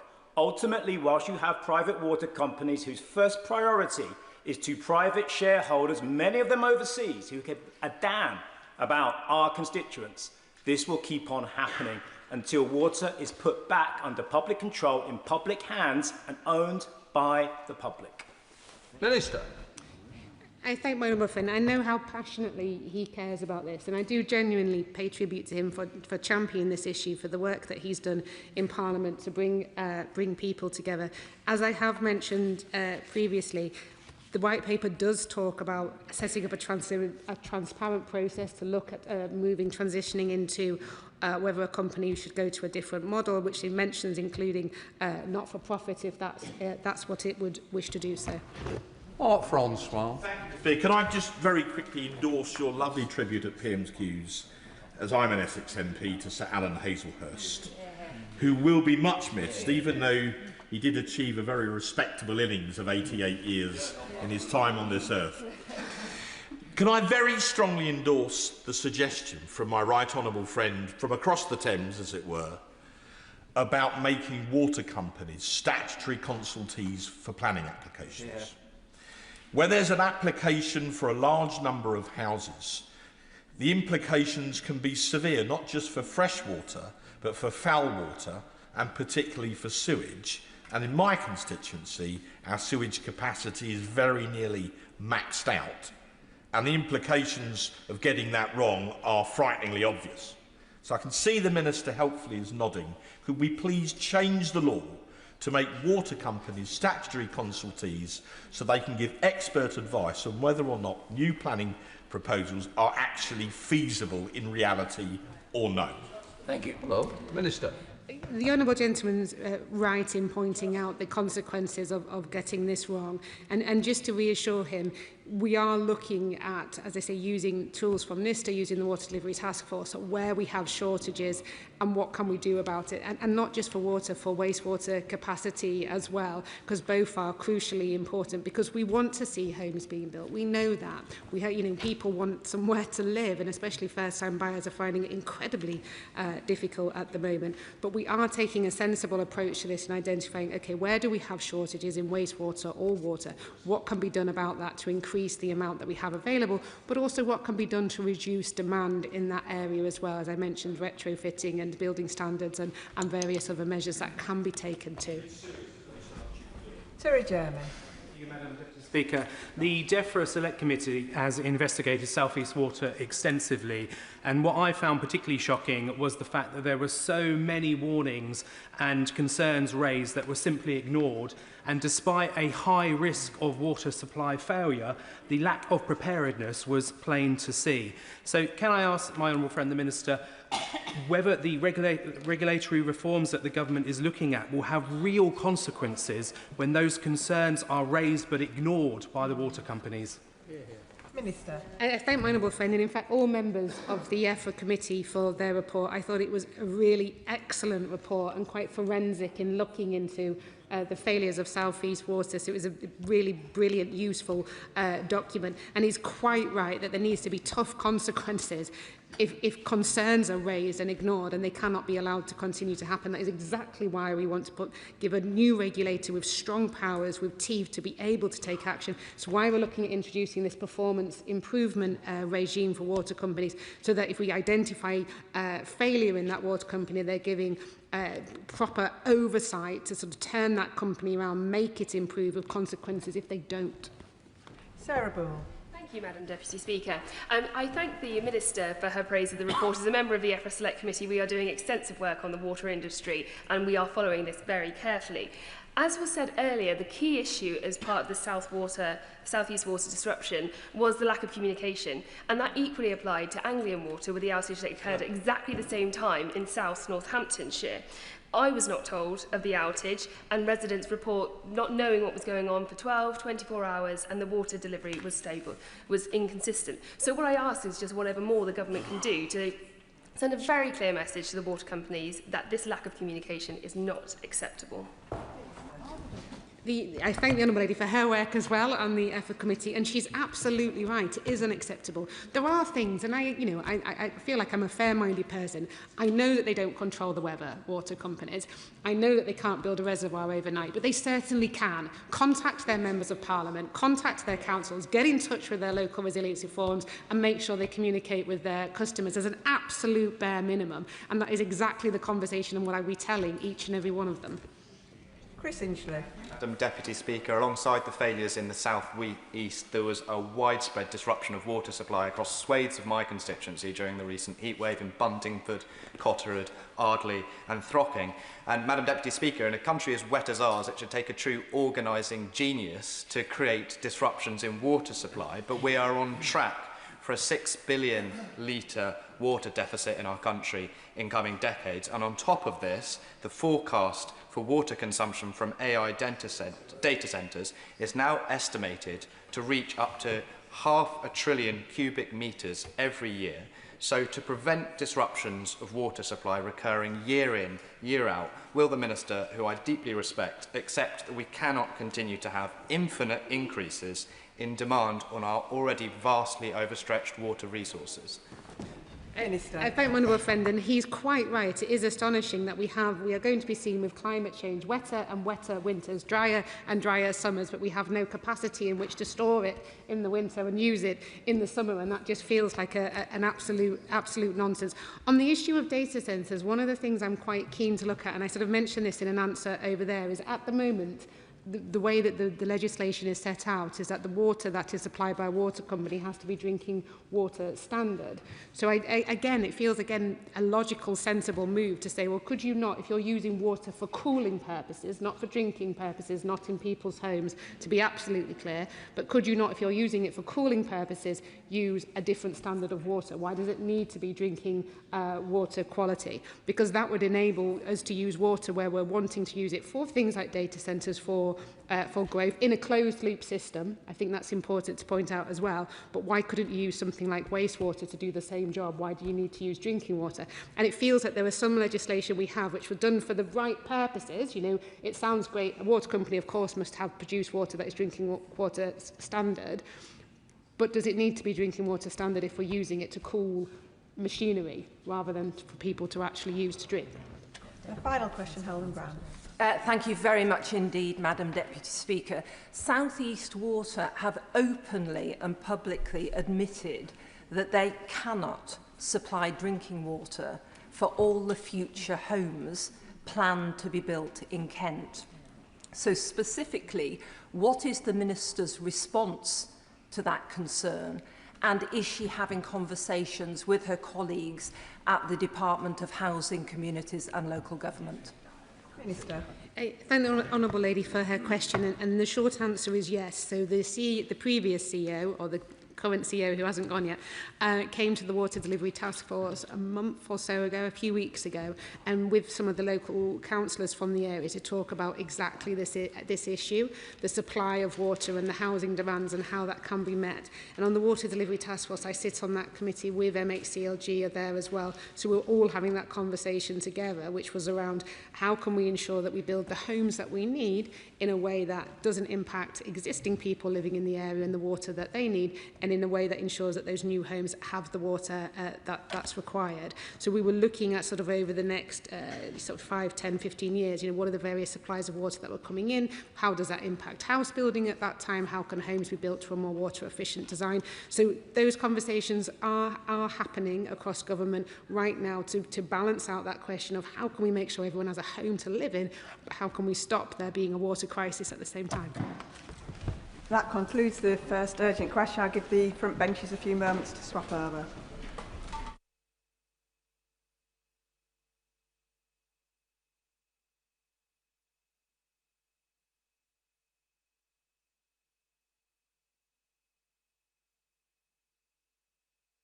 Urgent question, Monica Harding. Madam Deputy Speaker, would the Minister please make a statement on the Israeli Defence Forces operations in Lebanon? Madam Deputy Speaker, before I answer the Honourable Lady's important urgent question, I'm sure the whole House will join me in condemning Iran's strike on Kuwait International Airport by drones this morning. This was a completely unacceptable attack, which has tragically resulted in multiple injuries and at least one confirmed fatality. We stand in full solidarity with the government and the people of Kuwait, as well as our partners across the Gulf. I've conveyed my condolences this morning to the Kuwaiti Foreign Minister and his colleagues. We urge Iran to de-escalate immediately and return to meaningful dialogue to secure lasting peace and regional stability. Turning to Lebanon, let me be clear. The reckless and disproportionate escalation of Israeli military action in Lebanon has resulted in a devastating situation for Lebanese civilians, killing thousands. At an emergency session of the United Nations Security Council on Monday, jointly called by the United Kingdom, we firmly condemned the government of Israel's actions and called for a genuine and lasting ceasefire. We also condemn Lebanese Hezbollah's ongoing attacks against Israel, including those on Israeli northern communities. They have faced a repeated barrage of missiles and drones. Lebanese Hezbollah is a proscribed organisation. At Iran's instigation, it has dragged Lebanon into a war that its government and its people do not want. It does not speak or act for the people of Lebanon. It must end these attacks and disarm. I condemn the recent comments by Hezbollah's leadership seeking to destabilise the government of Lebanon within their own country. In April, I visited Beirut to show our support for the government and the people of Lebanon. I saw the impact of this military escalation firsthand. In the south, on a previous visit, I saw the devastating impact on civilian communities, villages razed to the ground, and I was pleased to be able to hand over tangible support to the Lebanese armed forces. Since April, conditions for civilians have only worsened. Over 3,000 people have been killed, and over 1 million have been displaced, with civilian homes and infrastructure destroyed. We believe that 1/4 of the population of Lebanon is now displaced. Displacement means, Madam Deputy Speaker, families fleeing from their homes, not knowing what they will return to. It means ever greater strain on hospitals and clinics. It means civilians sleeping in tents by the roadside. It means thousands of children, some of whom I met, not being able to go to school, and the spread of disease even amongst the youngest. That is why a ceasefire, properly observed by the parties, is so urgent. Whilst in Lebanon, I also announced a commitment of an additional £20 million in humanitarian support, particularly for those displaced by the conflict, making the UK one of the largest international humanitarian donors to this man-made crisis. I also met President Aoun and others in the Lebanese leadership. His government is taking courageous steps, setting out an unprecedented commitment to tackling Hezbollah, and have made the case for direct diplomacy with the government of Israel. The people of both Lebanon and Israel deserve to live in peace and security. I'm sure the Minister doesn't really need reminding, but he does have 3 minutes for an urgent question, and that overran by some time. I call Monica Harding. Thank you, Madam Deputy Speaker. It has become routine for Donald Trump to declare a ceasefire when none exists. And in Lebanon, the President's claim that fighting has ceased is a dangerous fantasy. Under direction from the Israeli Security Cabinet, the IDF is expanding its illegal military operations in southern Lebanon. Israeli forces occupy more territory in Lebanon now than at any point since the start of the century. Hundreds of shattered communities have been left in their wake, with over 3,000 Lebanese killed and 1 million displaced. This looks far too much like the IDF's operation in Gaza. Last week, Prime Minister Netanyahu said Israel would expand its control there to 70% of that territory, breaching the ceasefire there. There can be no doubt, Madam Deputy Speaker, that these actions have breached international law and likely constitute war crimes. Meanwhile, Hezbollah continues to target Israel with missiles and drones. Their violence has led to the displacement of Israeli citizens from across northern Israel and is completely unacceptable. There can be no place for that terror organisation in the region. No part of this resembles a ceasefire, Madam Deputy Speaker. We need to see concerted action from the international community, including the UK government, to bring this cycle of violence to an end. So I ask, does the government support the need for an immediate ceasefire in Lebanon? Is the government pressing the Israeli Security Cabinet to stop its illegal offensive and occupation in Lebanon? Will the government stop all arms sales to Israel and sanction Netanyahu alongside the extremist members of his cabinet? And has the government made any progress with partners to advance the multilateral plans for the disarming of Hezbollah? There is no military solution to the Lebanon crisis. The only path forward is a Lebanese political settlement that ensures Hezbollah's disbandment and full state sovereignty over all of its territory. Minister. Madam Deputy Speaker, I'm grateful to the Honourable Lady for the questions. We do, as I'm sure was clear in my answer, we do call for an immediate ceasefire. That must be meaningful. I commented in my response on the extent of civilian suffering, which the Honourable Lady is right to draw attention to.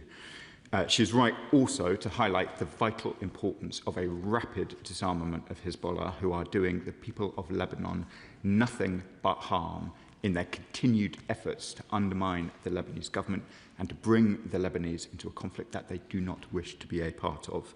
I discussed those questions of disarmament in all of my discussions in April with the President, the Prime Minister, the Speaker of the Parliament, with members of the Lebanese Armed Forces, and we will continue to play our full role, including in the Security Council, as we did earlier in the week. Chair of the Select Committee, Dame Emily Thornberry. Thank you very much, Madam Deputy Speaker. Instead of it being unacceptable that Israel invades and threatens the Lebanese people south of the Litani River, it long seems to have been understood that so long as they don't cross the river, then there won't be any particular consequences. It's as if we have our new modern-day Rubicon, and now they have crossed. And now we have Israel and Hezbollah fighting out their ancient hatred in the middle of a country and deliberately trying to destabilise Lebanon. It is completely unacceptable. When my committee visits the country this month, I expect that we'll hear many requests for more assistance to the Lebanese army so that they can make real progress in disarming Hezbollah and defending their people. Can the Minister confirm that such assistance is going in, and could he give us more details as to the plans? Minister. I thank the Right Honourable Lady for the question and her continued interest in Lebanon. I have been south of the Litani, and I have myself handed over watchtowers to the Lebanese Armed Forces in those very areas. And I wouldn't want the House to have any impression other than our view is consistent, both north and south of the Litani. I saw for myself from that watchtower the extent of damage done to civilian infrastructure, whole villages completely flattened. People said to me quite rightly, Madam Deputy Speaker, that their lives mattered in the south of Lebanon. They should not expect their villages to be flattened. They should not expect their children to be displaced. And I have been clear in all of our contact, both with the Israeli government and indeed with the authorities in Lebanon, how important it is that this violence is brought to an end. The Honourable Lady asks for a question about further detail. I can confirm we've provided over £175 million in training, equipment and advice to the Lebanese Armed Forces since 2009. There's been particular work in relation to Lebanon's borders, both against Syria and up against Israel as well. Shadow Foreign Secretary. Deputy Speaker, Lebanese Hezbollah is an Iranian-backed terrorist organisation who for too long have caused harm to the Lebanese people and undermined the government of Lebanon, threatened Israel and are part of a terror network that threatens our interests and security and that of our friends in the Middle East. There should be no doubt that Hezbollah continue to undermine efforts to secure peace in the region, and they failed to comply with the terms of the 2024 Israel-Lebanon ceasefire. Can the Minister tell us of his assessment of the actions taken by Hezbollah when it comes to violating the ceasefire and the support that they have received from Iran? Does he agree that the interests of peace are best served by Hezbollah being permanently disarmed? The current conflict has caused terrible hardship in Lebanon and Israel, and the UK government must use its influence and diplomacy in the region to help bring this to an end. We have to see this conflict come to an end. So can the Minister tell us what direct discussions have taken place with representatives in Israel, Lebanon and the US administration on the terms of a lasting ceasefire? What is the British government doing to support the disarming of Hezbollah? And what contributions and practical efforts are being made to see the UN Security Council Resolution 1701 fully implemented? So much of this leads back to the architect of so much of the disturbance in the Middle East, and that is Iran. And so I would just like to conclude my remarks, Madam Deputy Speaker, by joining with the Minister in condemning the strikes that took place today in Kuwait, and also the fact that Iran cannot carry on persisting in the way it is as a state sponsor of terrorism. Minister.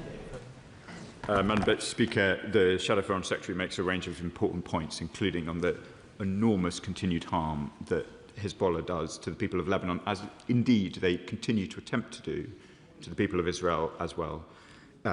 It is completely unacceptable that communities in the north of Israel continue to face the barrages of missiles and drones that they do. We have called repeatedly for Hezbollah to stop. What they do harms Lebanon as much as Israel. We have discussed in detail with both the Lebanese Armed Forces and the leadership of Lebanon the progress that must be made in disarming Hezbollah. There has been a lot of commentary about both the phasing and sequencing of those efforts over the last few months. It must be the Lebanese government who disarm Hezbollah. That is the only way in which the Hezbollah issue can be properly dealt with. the government of Lebanon are brave and courageous people in whom we have very considerable confidence. President Aoun, who I was in contact with today, is taking very, very important steps to try and safeguard his country and its future, and we must support him. He and his government and his armed forces must monopolise force in Lebanon, not Hezbollah and not the IDF. Abdissam Mohammed. Thank you, Madam Deputy Speaker. 125 health workers have been killed in Lebanon just in the last 3 months alone. Today, an Israeli strike has hit an ambulance in South Lebanon, killing 2 paramedics, taking the death toll now to 127. The November 2024 ceasefire agreement is barely worth the paper it is written on. The Minister rightly condemns the targeting of civilians. What about Israel's targeting of health workers, of journalists? And does the Minister realise that condemnation without action has utterly failed and reinforces Israel's continuing disregard for international law? So will the Minister today make clear that sanctions must be used to hold Israel accountable? Minister. I'm grateful to my honourable friend who has been a persistent advocate on these issues. We have taken a whole series of steps, Madam Deputy Speaker, which I want to set out in brief for the House. So important are the issues in Lebanon that during my visit in April, we went from providing only £10 million of humanitarian assistance now to 30. We are now one of the largest humanitarian donors in the world to Lebanon. I think few other ministers in the world have gone as close as I have to the blue line. I met with incredibly brave representatives of the Lebanese Red Cross, young people who had, in many cases, given up their lives in order to try and make sure that they could minimise the harm that was coming to southern communities. I was so upset to see further strikes on them since I met them. I am proud of our support to them. I utterly condemn the attacks upon them. Simon Hall. Deputy Speaker, it's a tragic perversity that the actions of both Hezbollah and Hamas actually hurt and harm the interests and the safety of those who they purport to act on behalf of. What about Israel? But several years ago, former Israeli Prime Minister Barak described Israel as being the villa in the jungle. Last week, with cross-party colleagues, I was in Israel. It's becoming increasingly evident that the Israeli government's actions are rendering it both a rogue and a pariah state, oblivious to international and US pressure and opinion. That in turn is, of course, making Israel herself far less secure. Apart from words, which are welcome, what can the government do? Could I suggest an expansion and deepening of sanctions? Because that will hit them where it is needed and may refocus attention. Madam Deputy Speaker, there are strong views held right across the House on the questions of the Middle East, but I want to pay tribute to those on the benches opposite who have shifted their position in recent years.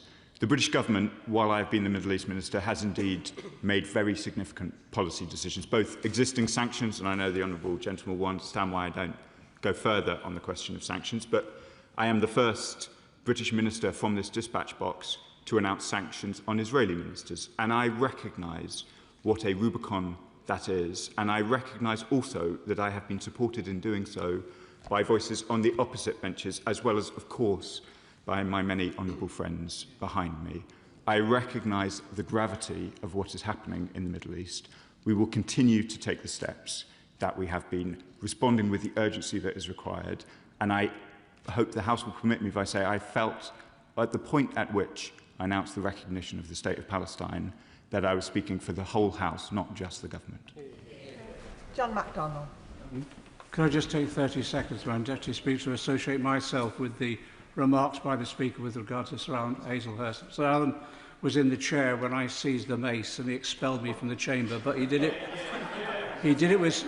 with such good grace we became firm friends for ever since. So I send my condolences to his wife. As the Minister knows, I'm Secretary of the NUJ Parliamentary Group. We're now experiencing in Lebanon exactly what we saw in Gaza, the targeting and murder of journalists. When he was there in April, Amal Khalil, the famous woman journalist, was hit by an Israeli strike, and then the Red Cross ambulance that went to assist her was hit as well. And as a result of that, the Lebanese Prime Minister has made it quite clear that these are war crimes. So could I ask that the government joins with others now in collecting the evidence of these war crimes so that we can take action against those Israeli ministers that have actually perpetrated these war crimes against the Lebanese people, just as they did against the Palestinians? I'm familiar with the incident that my right honourable friend describes, and I pay tribute to his work on these issues right across the world. It is appalling that journalists in Lebanon reporting on developments in the south have been struck in this way.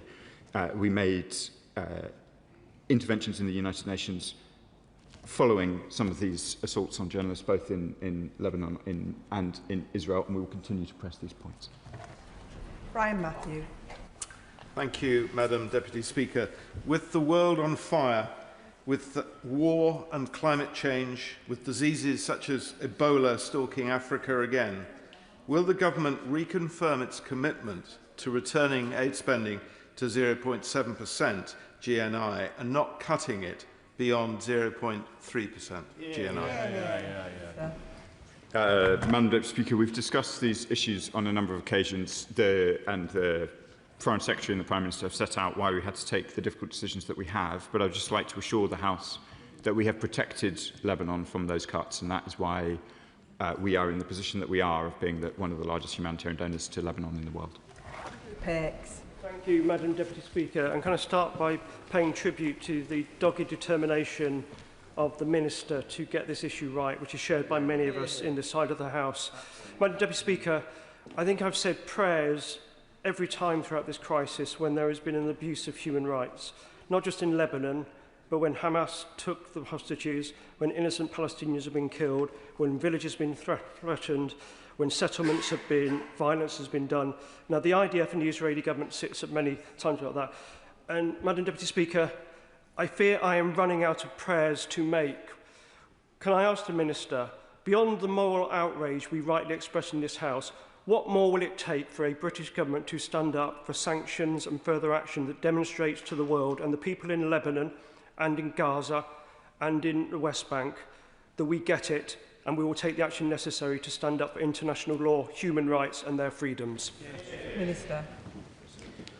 Madam Deputy Speaker, I thank my honourable friends. I hope I have, through his, he describes some of my work in gracious terms, and I'm grateful.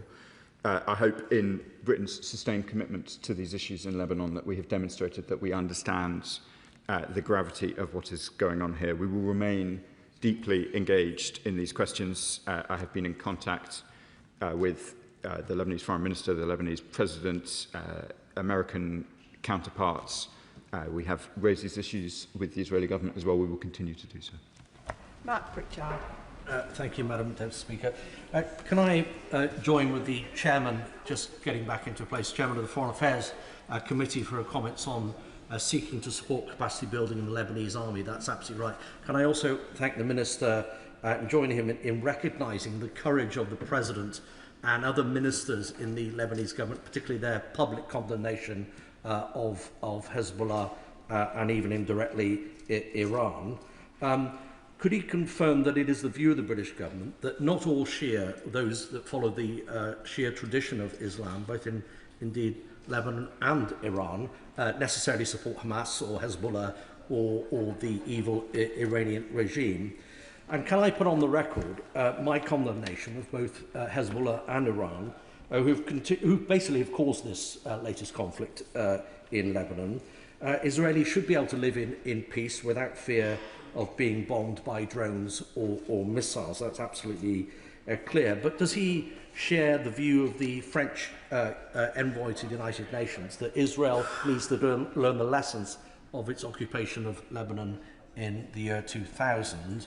And also, does he recognise the words of Danny Danon, as you will know, the Israeli envoy to the UN, when he says that Israel is not seeking to expand the conflict or retain territory in Lebanon? If that is indeed the position and policy of the Israeli government. That is welcome, but it does seem at odds with some of the public utterances of the current Israeli Prime Minister.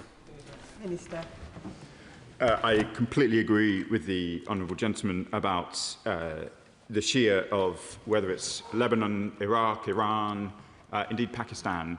Overwhelmingly, Shia communities want peace and human rights like everybody else. This is a small, unrepresentative part of Lebanon that is funded and supported by Iran, and it is bringing the Lebanese into terrible, terrible difficulties. I want to return to the very important point that he makes, though, about the intentions of the Israeli government. If this is a counter-terrorism operation, I can see absolutely no justification for raising the Israeli flag over Beaufort Castle. We want to see Lebanese Hezbollah disarmed. That cannot possibly involve such a flagrant violation of the sovereignty of a neighbour. Apsana Begum. Deputy Speaker, for years now it's been reported that Israel has been using white phosphorus munitions against civilian targets in South Lebanon's Bekaa Valley. Alongside reports from Human Rights Watch and Amnesty, UNIFIL even reported that UN peacekeepers in Lebanon were injured by white phosphorus munitions. The Minister has confirmed to me previously that the government is aware of these reports, and the government knows that the use of white phosphorus as an incendiary weapon in populated areas is strictly prohibited, and yet this is just one of thousands of examples of Israel tearing up the laws around war. Can the Minister explain whether the UK's joint agreement signed in 2020 on military cooperation with Israel is still in place, and if so, why? Minister. Madam Speaker, to be clear about the position, I think my honourable friend refers to the 2020 Israel-UK roadmap, which is suspended. But in relation to the very important question she raises about arms exports, as I've said to this House on a number of occasions, we take our obligations under international humanitarian law incredibly seriously. That's why we conducted the review that we did when we became the government, and why we took the action that then followed, which has been discussed in this chamber on a number of occasions. Dr. Andrew Morrison. Madam Deputy Speaker, I'm sure the Minister understands that there can be no sustainable ceasefire for as long as there exists in Lebanon an Iranian terrorist proxy that has as its war aim the complete, final and irrevocable destruction of the State of Israel and the Jews that live there. So we are faced, are we not, with trying to mitigate some of that action by this terrorist organisation. Would he agree with me that the only viable way of doing that, given the situation, is to do everything in our power to strengthen the Lebanese army, which he will know is a credible organisation, and to support the UN Secretary General in his stated intention of renewing UNFIL and making sure that it is fit for purpose rather than simply as an observer, as is currently the case. Minister. I very strongly agree with the honourable gentleman. It is the Lebanese armed forces. In the end, that must be the force that disarms Hezbollah and ends the threats, both to Lebanese and Israelis, that emanates from that malign group. And so I completely support the Lebanese armed forces and agree with what he says. Of course, UNIFIL is a subject of discussion in the Council, I think, in the coming months, and we will be playing our full part to try and ensure that it can contribute as much as possible. But in much of the discussion around Lebanon, there is often a focus on the international elements. We have to be clear that the Lebanese government, the Lebanese armed forces and the Lebanese president must have control over the use of force in Lebanon, and that is the position of the British government. Tony Vaughan. Thank you, Madam Deputy Speaker. And while we rightly focus on the grave situation in Lebanon, the wider region is seeing an increasing pattern of British nationals being arbitrarily detained and used as leverage by countries including Iran. Madam Deputy Speaker, in the light of the news yesterday that Craig and Lindsay Foreman have had their appeal dismissed by the Iranian courts, and given their ongoing hunger strike in Evin prison, I think Craig is on his 27th day and Lindsay is on her 18th day, which is to protest against their conditions and ongoing detention. What further specific steps are the government taking to secure consular access? And is the government now prepared to condemn their detention as arbitrary, use international levers against Iran for hostage taking, and show Iran that they cannot keep taking British citizens hostage as pawns in their own games? Minister. Madam Deputy Speaker, as I was clear yesterday in response to the news that my honourable friend refers to, their continued detention is unjustified and appalling.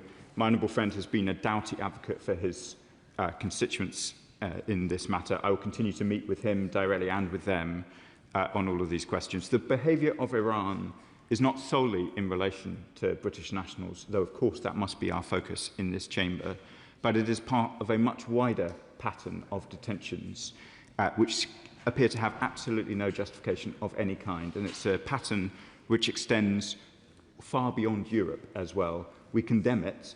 It is completely erosive of any trust in Iran, and I have made that point clearly and repeatedly to the Iranian authorities. Sir John Hayes.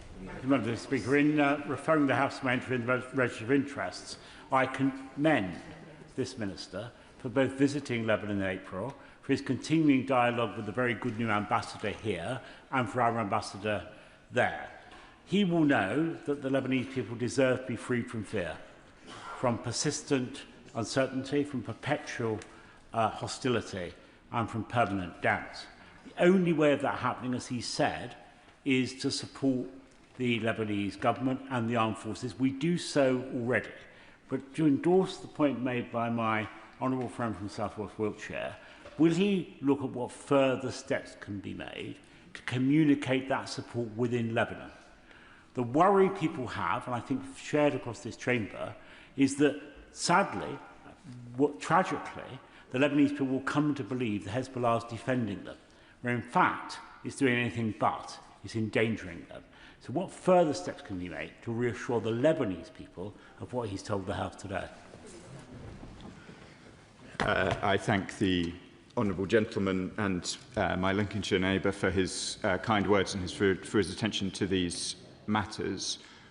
I take the challenge that there is a completely untrue narrative that is promoted, the idea that either Lebanese Hezbollah or Iran itself is a protector of Lebanon is patently and completely untrue. Iran's influence in Lebanon over many years has been malign, it has undermined the sovereignty of the country, and it's harmed the interests of its people.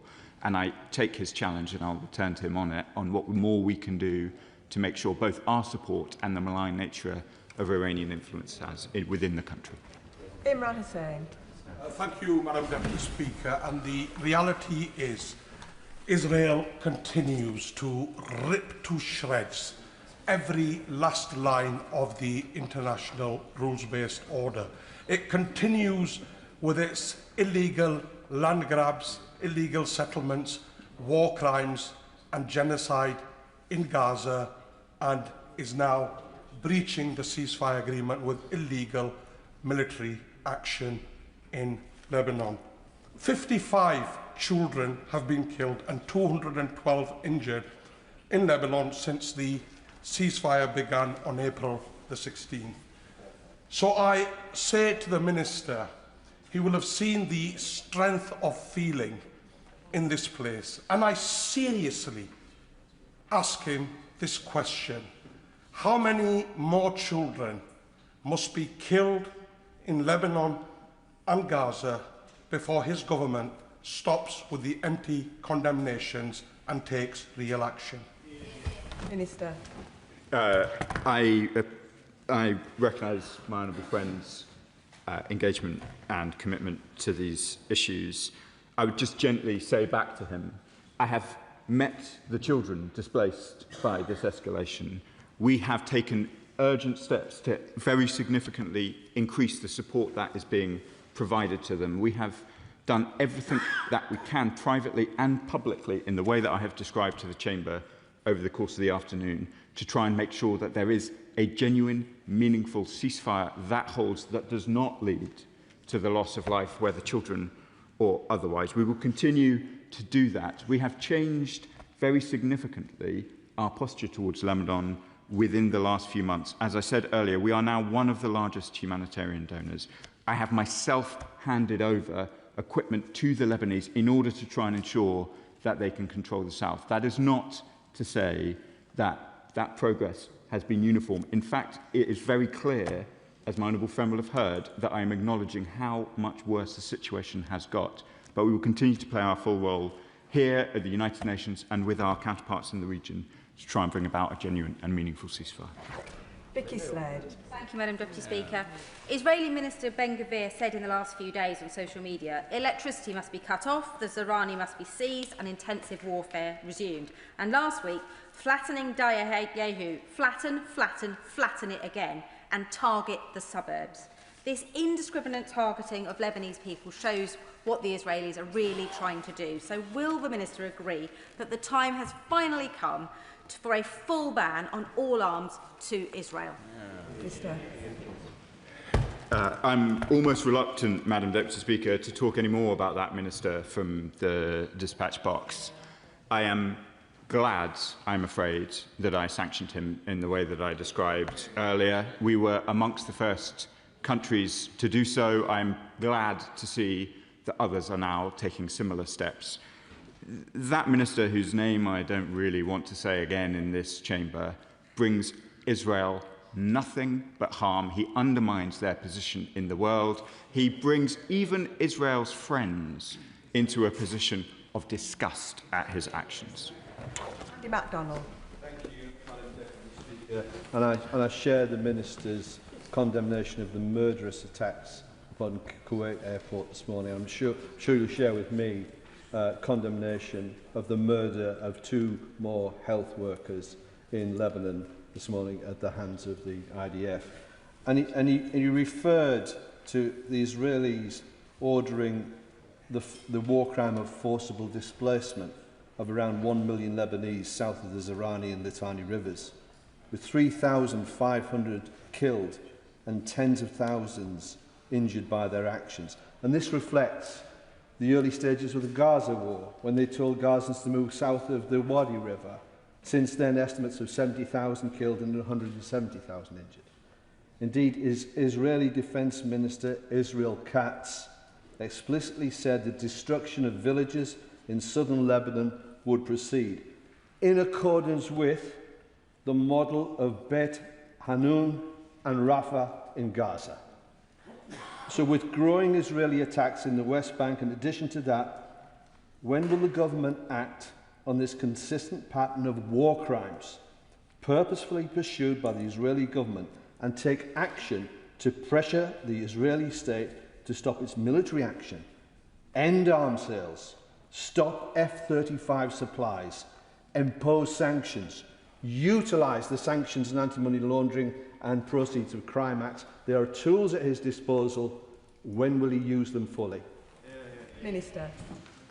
Madam Deputy Speaker, we've talked about the F-35 programme at some length before, and I'm usually happy to go back into that debate, but I would prefer, given my honourable friend has given me the opportunity, just to comment a little bit further about the impact of displacement in Lebanon, which is rather different in some respects from the impact of displacement in Gaza. As the Chamber and many honourable and right honourable members know, Lebanon has a complicated multi-confessional balance within the country. Displacing a quarter of the population, often long distances, has a very significant impact on the stability of the country. Displacement, forced displacement, is exactly as he says, a war crime, but to displace so many people will also have a very deleterious impact on the stability of Lebanon in the long term. So it is all the more important that this practice is reversed and that we return to a genuine and sustainable ceasefire. One small note of optimism, if I may, Madam Deputy Speaker. We welcome the talks that the United States have been convening between Israel and Lebanon, including talks today, and we want to see them progress. Sammy Wilson. Madam Deputy Speaker, and can I draw attention to the declaration that I've made in the Register of Interests. Hezbollah have made South Lebanon into an armed camp and a massive arms dump in which they store rockets, drones, etc., and have used them to attack Israeli towns, cities, kill civilians, cause billions of pounds worth of damage, and displaced a large part of the population. It's not disproportionate, would the Minister agree, for any government to seek to take action to defend its own citizens, and that can only be done by going into the area, where the enemy is firing its weapons and causing that destruction. And would you not agree with me that the real answer is Israel doesn't want to occupy Lebanon, it doesn't want to take over territory. The real answer is to eliminate and disarm Hezbollah, and then there will be real peace in that area. Minister. Madam Deputy Speaker, perhaps the honourable member has been to southern Lebanon, as I have recently. I can assure him it is not an arms dump. It is a place with people living, with children living, with people displaced. I saw for myself villages flattened literally to the ground. There is no military operation that ends up flattening entire villages to less than the height of this dispatch box, which does not end up prompting the question, what on earth were you trying to do with that operation? It is absolutely clear that Lebanese Hezbollah must be disarmed. They continue to strike northern Israeli communities. That is absolutely and completely unacceptable. The responsibility to prevent that must be the Lebanese government. It must be the Lebanese armed forces, and we must see a genuine and sustainable ceasefire. Of course, the Israeli government will react with understandable total fury if their nationals are targeted from another state. But as one of the honourable gentlemen on the other bench has said, Israel has attempted to occupy southern Lebanon for long periods of time before, and it did not lead to safety amongst northern communities in Israel. We must all support the Lebanese government to do what is necessary, which is disarm Hezbollah, but we must ensure that civilians in southern Lebanon are protected in doing so. Richard Bergen. Thank you, Madam Deputy Speaker. Israel's bombing of Lebanon has seen yet more war crimes. It's incredibly dangerous for the people there. It's also a direct threat to achieving a peace process between the US and Iran in a war that's killing people over there and driving up the cost of living for people here. So I ask the Minister again, how many more countries does Israel have to bomb before the government imposes widespread sanctions, as they rightly did on Russia? Madam Deputy Speaker, we've covered sanctions already in these exchanges. I just want to slightly correct my honourable friend. It is not what will protect Lebanon is not Iran or its talks with the United States of America. It is the Lebanese government and the Lebanese armed forces.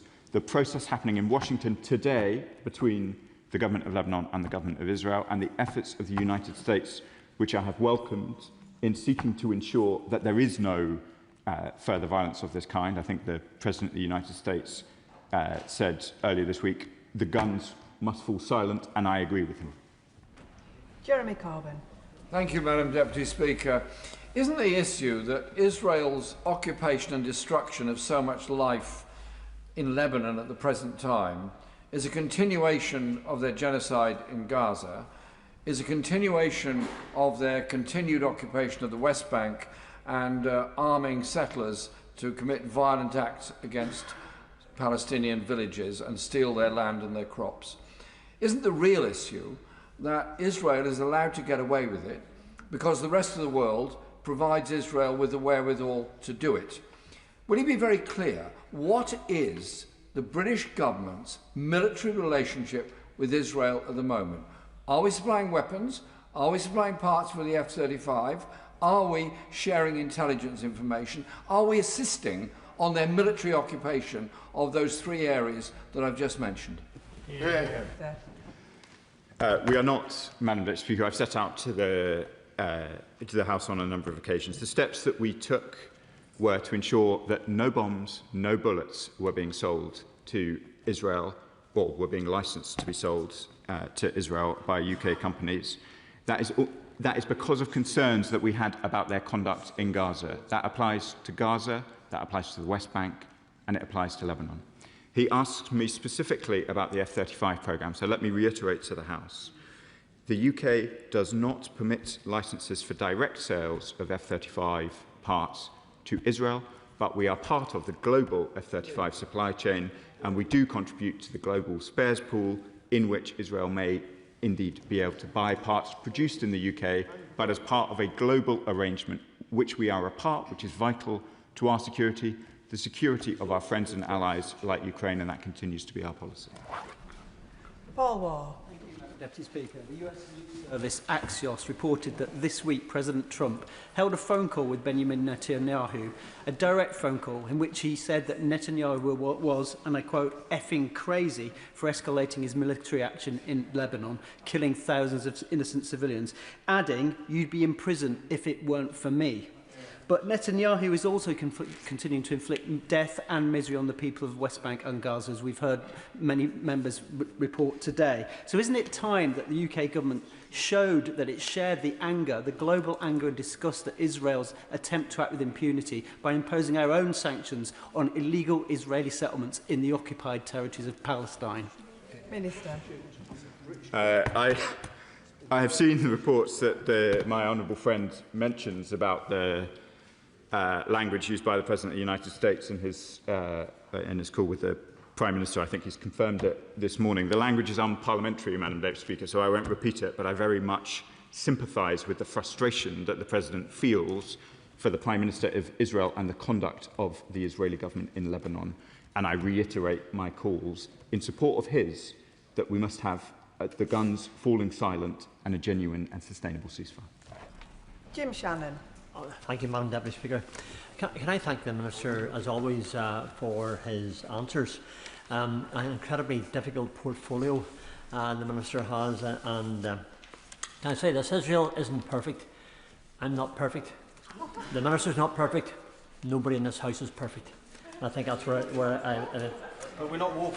Hezbollah's sustained barrage of missiles and rockets targeting Israel towns and cities, the murder of Israeli civilians and soldiers, will the Minister set out the government's position on whether it fully recognises and supports the IDF's actions in Lebanon as a necessary and proportionate response to eliminate this terrorist threat and to protect Israeli civilians? Surely, Minister, that is the duty of any government, to protect its people and stop terrorists killing their people.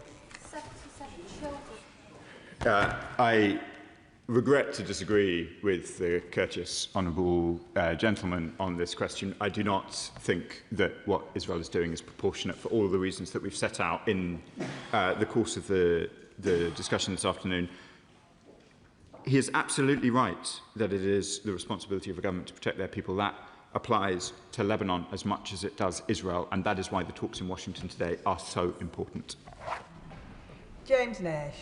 Thank you, Madam Deputy Speaker. Minister, I asked the Prime Minister on the 2nd of March what steps the UK was taking to prepare for the targeted stabilisation and humanitarian efforts in Lebanon and Yemen if the Iranian regime changed.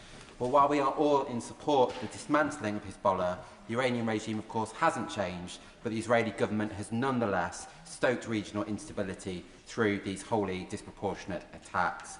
Will the Minister therefore condemn the actions being taken by the Israeli forces, but also reassure my constituents in Rushcliffe that nothing is off the table, including sanctions, further arms and trade embargoes, when it comes to the UK's responses to such actions? I thank my honourable friend for his question. We keep all of these questions under review and we recognise the magnitude of events in the Middle East. I'll decline to enter into the hypothetical question, but obviously events in the Middle East, whether it's in Iran or Lebanon, are a real concern, I know, to constituents right across the country, to my constituency of Lincoln, and I know in Rushcliffe too. Ayub Khan. You, Madam Deputy Speaker, we all know in this House that words have consequences. Words spoken in this House or outside indeed. And when we remind ourselves of the Prime Minister's comments about vital supplies being cut was fair game, when we look at the lack of criticisms, the lack of the call out of war crimes that we all witness, the specific mention of war crimes, that terminology is not being used by ministers of this government. And then recently, the suspension or banning of Cenk Uygur from entering the United Kingdom, someone even Piers Morgan holds in high regard. It's words and actions like that that embolden Netanyahu and his right-wing government. Does he recognise that it must be words that need to change as well as sanctions? Words do matter, Madam Deputy Speaker, and it has been a long-standing principle of this government and indeed previous governments that it's not for ministers to say what crimes are, it's for courts to find. And that's why we haven't used the particular formulation that he would like. But I think absolutely nobody in the chamber could be under any doubts about the extent of criticism that both I and other ministers of the government have delivered in relation to Israeli conduct, whether it's in Lebanon or in Gaza. That hasn't just been criticism in words, it has been concrete actions, including sanctions against Israeli ministers, as I set out earlier in my question. We have a very delicate situation in the Middle East, which we seek to navigate in the best interests of the region and of the United Kingdom. There are many people's praise that I seek in this chamber, but Piers Morgan, I'm afraid, is not one of them. We have got to make difficult decisions in a serious way, and that is what we try to do each day in and day out. Richard Baker. Speaker, the attacks by Hezbollah must cease, but the wholly disproportionate response in Lebanon by the Israeli military is bringing untold suffering to those least able to bear the consequences, for women and children, for older and disabled people. What can UK ministers do alongside international partners and agencies to ensure humanitarian support and aid reaches those who've been left in desperate straits as a result of the actions of Israeli forces who are responsible for serious violations of human rights and international law? I thank my honourable friend for the question and his commitment to the region and developments in the Middle East. We are proud that we are now one of the largest humanitarian donors in Lebanon. Access for that aid has not been impeded within Lebanon, but as some of my honourable friends behind me have already set out, there has been terrible incidents involving the death of aid workers, very, very committed young Lebanese who are doing their absolute best to help people in their own country, and they must stop. Iqbal Mohammed. Thank you, Madam Deputy Speaker. The illegal actions of Hezbollah and Iran must be condemned, but so must the illegal actions of Israel. Israel has carried out 11,518 attacks in Lebanon between the 2nd of March to the 11th of May, with over 3,000 further estimated attacks since. Israel has bombed and destroyed or heavily demolished over 100 villages. As of yesterday, Israel has injured 10,577 people and killed 3,468 people, including 128 health workers. Israel has attacked and damaged 17 hospitals and damaged and destroyed 3 hospitals. It employs double and triple attacks on civilians.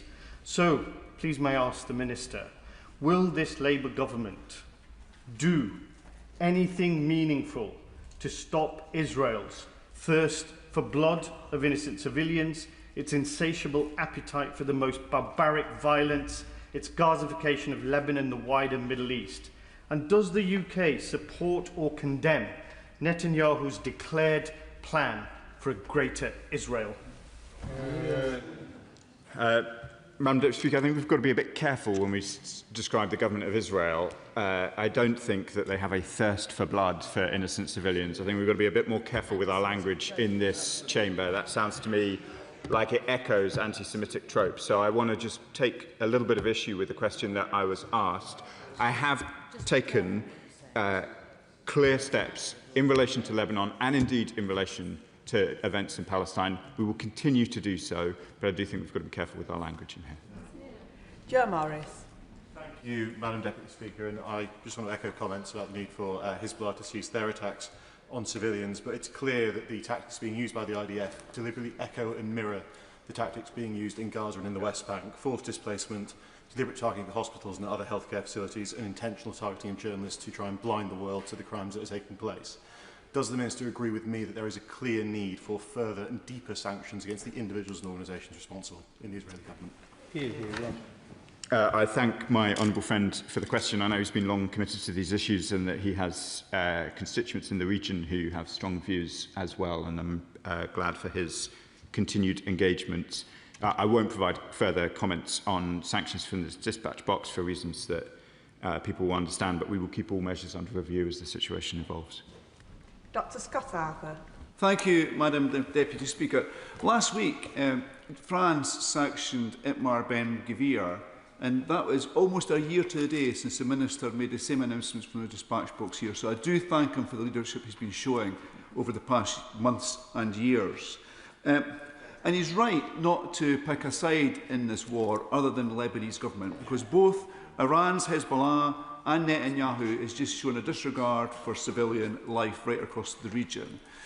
But people and organisations in Denver South West want to be reassured that if a ceasefire is established, that the aid that we're putting into that region is sufficient and is scalable. And secondly, Madam Deputy Speaker, the Minister started off by talking about Iran. So I do have to mention the fact that in Iran we're seeing the industrialisation of the death penalty against their own people, often young people who have simply been out protesting. And I know he has raised concern about this last year, I think November it was. Is there more we can do? I know it's a really difficult situation. I thank my honourable friend for the kind words he says about the leadership we've shown in relation to these issues. He's absolutely right. And let me just reiterate to the House our total opposition to the death penalty everywhere. But what has happened in Iran, particularly since the protests in January, has been an absolutely awful cracking down on their own people. They have imposed very significant restrictions on communications. So some of the detail of that crackdown are not as accessible to us now as they once were. I have grave fears about how Iranians are being treated within Iran, and we will continue to monitor this closely and raise it with the force that he would expect with the Iranian authorities. And the final question, John Slinger. Thank you, Madam Deputy Speaker. I associate myself with the words of the Minister in strongly condemning the Iranian attack on Kuwait airport and also the continuing attacks by Hezbollah on Israeli civilians. But it was disturbing over recent weeks and days to see the IDF appearing to engage in a mission to seize land that does not belong to them, exemplified by the hoisting of the Israeli flag over the Beaufort Castle, presumably as a symbol of conquest. Will my honourable friend join me in condemning that act and reiterating once again that international law applies to Hezbollah and applies to the government of Israel? Madam Deputy Speaker, it does. And of course, flags are much less important than the horrific loss of life that we have discussed over the course of this afternoon. But it is hard to draw a conclusion that the Israeli government is taking steps simply to deal with a terrorist organisation when they take one of the most historic sites in Lebanon with a long history of occupation by the Israelis and raise the Israeli flag in exactly the way he described. So I join with him in my condemnation. And that concludes the urgent question. I'll just give a few moments for the front benches to swap over.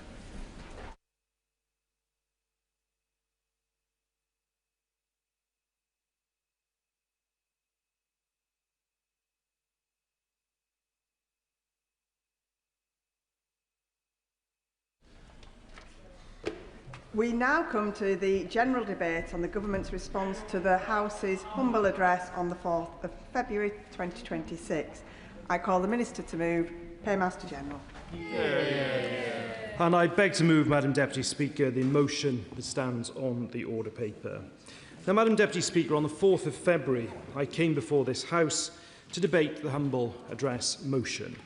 I said that at the time that it was in the national interest to be transparent and to act as quickly as we could. And with the second publication earlier this week on Monday, the Government has done so. Today, there is a further opportunity for members to put questions and indeed to debate the content alongside my right honourable friend, the Chief Secretary to the Prime Minister, who will of course listen to the debate and close it in due course. And today, we should ensure, as we debate these issues, that we keep Jeffrey Epstein's victims at the forefront of our minds. What Epstein did was abhorrent and unforgivable. He was a vile, evil paedophile, and I denounce him and his actions as strongly today as I did when I came to the dispatch box on the 4th of February. The Prime Minister has taken responsibility for appointing Peter Mandelson as the ambassador to the United States. He has said if he knew then what he knows now, he would never have appointed him, and he has apologised. Now, Madam Deputy Speaker, I do think it is worth setting out the process that was followed in order to publish such a large volume of material on Monday. I will certainly do it. Because he is going to talk about process, I'd be very grateful if he could clear up one matter. I have a high regard for his integrity, and I hope he won't dance around this subject as has been done by others in the past. In the first tranche of documents that was revealed, there are a number of notes sent by private secretaries to the Prime Minister. If I was allowed to use a prop, I would open this at page 3 and again at page 8, where you would see under these notes talking about the situation as regards how to appoint the ambassador and Peter Mandelson and so forth. There is a big box which says notes by the Prime Minister. The normal course of action when a Prime Minister receives a document of this sort is that he notes down his response to it. These boxes are totally blank. And my simple question to him is this: are they blank because the Prime Minister made no notes whatsoever, or are they blank because any notes that the Prime Minister made have been redacted and removed? The Intelligence and Security Committee deals with even more sensitive material than this routinely, and every time they have a redaction in a publication, there are 3 asterisks to show that the redaction has taken place. Can we know, were redactions taken place in the Prime Minister's notes on these memoranda that were sent to him for decision? No, it's blank because it was blank is the answer to the right on the gentleman's question. No. And the decision, the formal decision to appoint Peter Mandelson as the ambassador was conveyed by the Prime Minister's then principal private secretary in a letter to the Foreign Office. So there's no redaction of what was in that. I know what he's referring to. He's referring to the box note and the empty box. And the reason is there was nothing to redact because there was nothing in the box note. So I hope that's a sufficiently clear answer for the right honourable gentleman. I'll just take the honourable gentleman before I move on. Because I want to talk on the process of the appointment rather than the process of the release of the papers, which I think he's moving on to. I've previously said in this House, and I think again the Chair of the Foreign Affairs Select Committee has said not dissimilar comments about process in the future, whether it's a Conservative government, hopefully, or another government, and that is about pre-appointment scrutiny of senior posts, both ambassadorial appointments and indeed, I would argue, permanent secretaries of government departments. That would be a more sort of safer way of doing things. And also on senior appointments for the ISC, and there are a lot of current ISC members here and former ones like myself, he will know that the process is one where the appointment is made by the Prime Minister, but the double lock mechanism ensures that the House has a say and can actually veto appointments if necessary. Now, that isn't necessarily what I'm asking for in these appointments, but certainly the relevant select committee should pre-scrutinise senior appointments, in my view, of ambassadors and other senior officials, whether they're political appointees or not.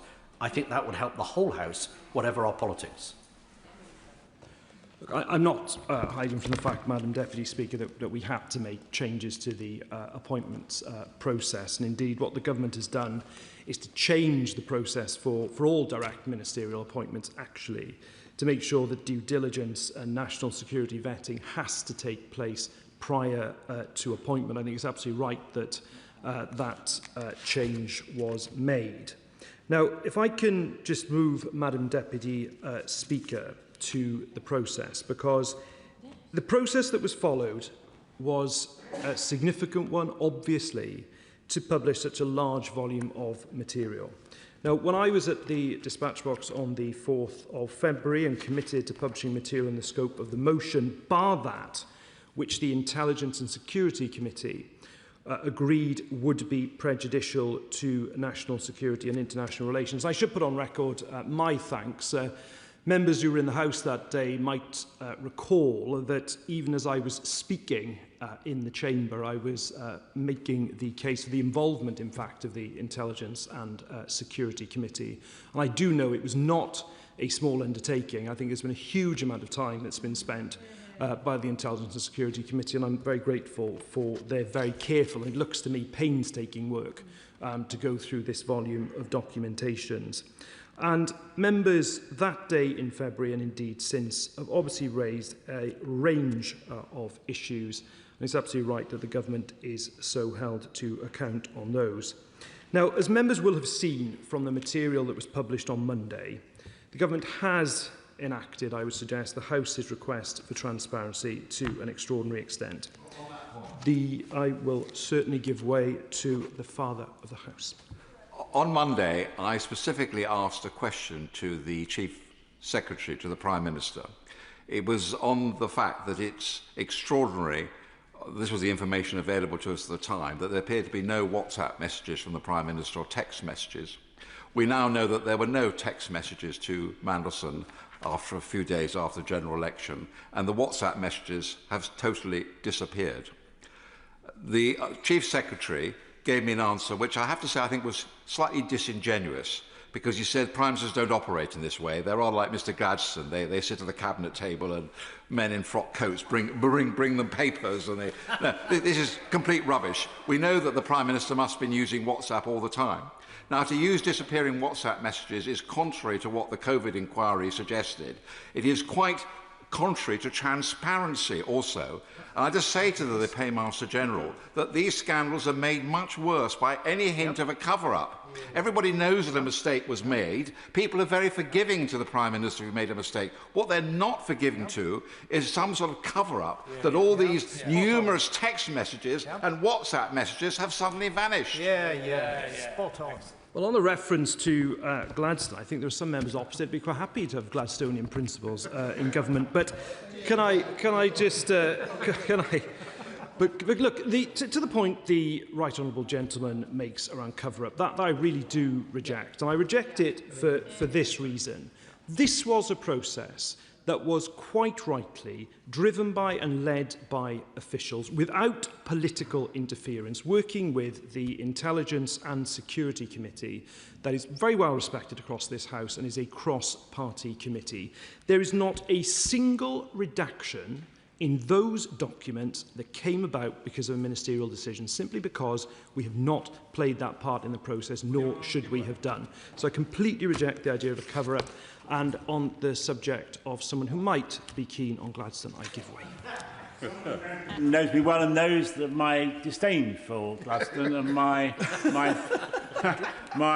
deep admiration for his rival, Benjamin Disraeli, the greatest ever Prime Minister, by far, in my judgment. But there we are. The key thing about the ISC, and which I certainly am grateful for his comments about Benjamin work, was the House took the view the ISC should see the whole of the information. Now, whether that was the right view, whether the humble address was too permissive, is an open question. But the House took the view we should see all matters relating to international relations or national security. An executive decision was taken. I don't know if it was endorsed by ministers. It's certainly endorsed subsequently by the Chief Secretary, not to make available to us the UK vetting file. Now, that's not what the humble address says. It has been legitimised subsequently by the argument, which I don't buy, frankly, that it will have a chilling effect on the whole vetting process. But as the Minister, who I share my right honourable friend's respect for, by the way, knows, the ISC seeing material is not the same as disclosing it. It's about scrutiny, not disclosure. So why was that executive decision made not to make that available to the ISC? Who made it? When? Was it officials? Was it ministers? And will he explain how he can square that with the remark he just made? It was an official-led process. Let me just make clear, because he does point towards what is, I think, a pretty important issue. That is that you had the humble address and you had the wording. And members can read the wording of the humble address. It has the list, the quite extensive list that was drafted by the Shadow Chancellor of the Duchy, except papers prejudicial to UK national security and international relations to be referred to the ISC. But what the government has done, indeed was entitled to do, is to take into account what precedents had been set by previous responses to humble addresses, indeed under the government that he supported. And indeed, the Prime Minister has written to the Chair of the Intelligence and Security Committee on precisely this point, because there were a number of humble addresses. It was I wouldn't say it was constitutional innovation, because it was something that had quite an ancient origin to it. I personally played some part in their re-emergence during the 2017-19 Parliament when I was in opposition. But what is obviously the case is, as those humble addresses have been replied to, and it's by a number of parties now in government, is that there are principles in approaching them that come from things like the Freedom of Information Act, that comes from the duty of ministers under the Ministerial Code, that comes from the Data Protection Act, that comes from GDPR, and that is based on the precedents that have been established by responses to humble addresses. I will give way here, and then I will give way again to the Thanks, Minister, for giving way and being incredibly generous with his time this afternoon. And I do say as an aside, I think many members in this place would like to go back to the 19th century, on those benches at least. But it's clear that officials have done a huge amount of work with regard to this process. Can the Minister just say a little bit about the Independent King's Council and what assurances they've provided that the government is complying with the humble address? Yes, and that was another important part of what was doing. It should be another reassurance that the House takes, because when I made the point about precedents to the Right Honourable Gentleman, the government also sought to take that independent legal advice as well in terms of its interpretation of complying with the humble address. But I'll take the Right Honourable Gentleman if he wants to now, but then I do need to make a bit more progress.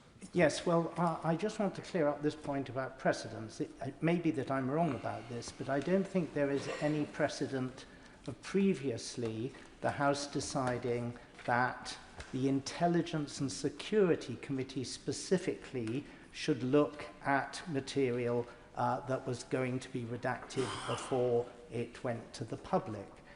This Intelligence and Security Committee, as he well knows, was founded in 1994. Since that time, there has never been even one leak from the committee. So there is no comparison between making things available to any other body that compares with the Intelligence and Security Committee, which is the only parliamentary body entitled to see highly classified material and which never leaks. So when he says this is all led by officials and it's okay for the officials to see it, but not to release it to anyone else. The reason why the ISC was chosen is because it is within the ring of secrecy, and that is unaffected by any precedents regarding bodies that do not have that special status.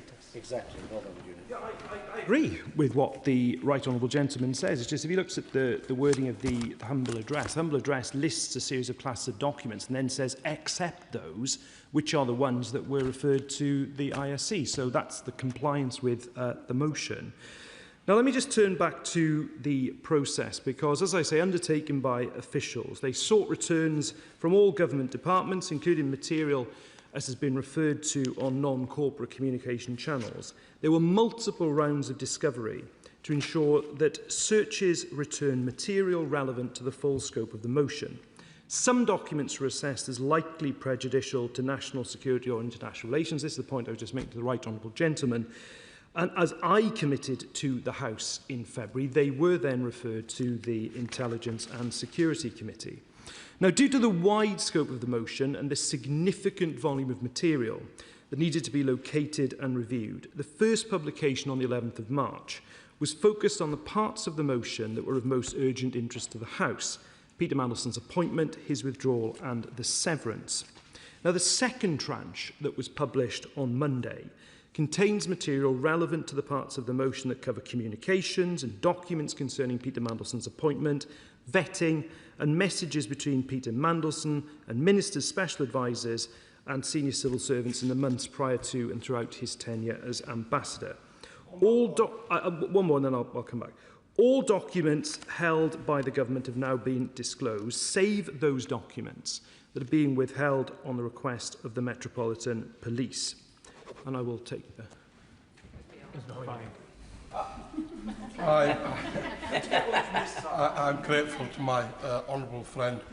Just on that point of communication between Peter Mandelson and ministers, the fact remains that the more documents that are released, the more questions emerge about Peter Mandelson's reach across government.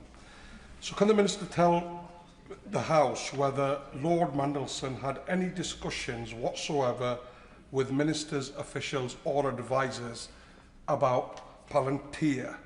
And will the Minister advise this House whether further documentation with regards to that will be released? So, on the issue of Palantir, I think you refer my honourable friend to the methodology statement that is at the start of each of the 3 volumes, where it's made absolutely clear that there's a recognition that Palantir is a matter of interest to this House, and indeed there are references to Palantir within the documents. Obviously, I won't, in terms of the documents that remain with the Metropolitan Police, as obviously I'm sure the House would understand, I won't speculate on their contents, but certainly in terms of the tranche of documents that is before the House, I invite everyone to look at the references to Palantir within it, and people can look at that, and indeed the public can do so as well. I'll give way to the Chair of the Foreign Affairs Select Committee, and then I'll come back to the Honourable Gentleman. I'm very interested, thank you very much for giving way, and I'm very interested particularly in documents relating to mitigation. Yeah. You know, because why is it we have this great gap between what would seem to be a security threat and him being appointed is the mitigations. And I can't find any documents about that. I have found this. Ian Collard gave evidence to my committee in writing, and he said that in September 2025, so after the appointment and when it was about to be withdrawn, he requested a copy of the vetting summary, and he made some notes for himself based on the summary as an aid memoir in case it was needed, and submitted those notes as part of the humble address. Now, the reason I'm interested is because I want to see what the notes are of the mitigations. So here's the man responsible for the mitigations. He takes a note, presumably of what he's seen, he puts it into the humble address, and it isn't in the papers. First of all, I'm grateful to... I'll deal with this now. I'll come to the Honourable Gentleman for South Holland with the deepings. But just say, first of all, to my right honourable friend, officials leading the process will have heard the exchange and this exchange between us in relation to that specific point around Ian Collard.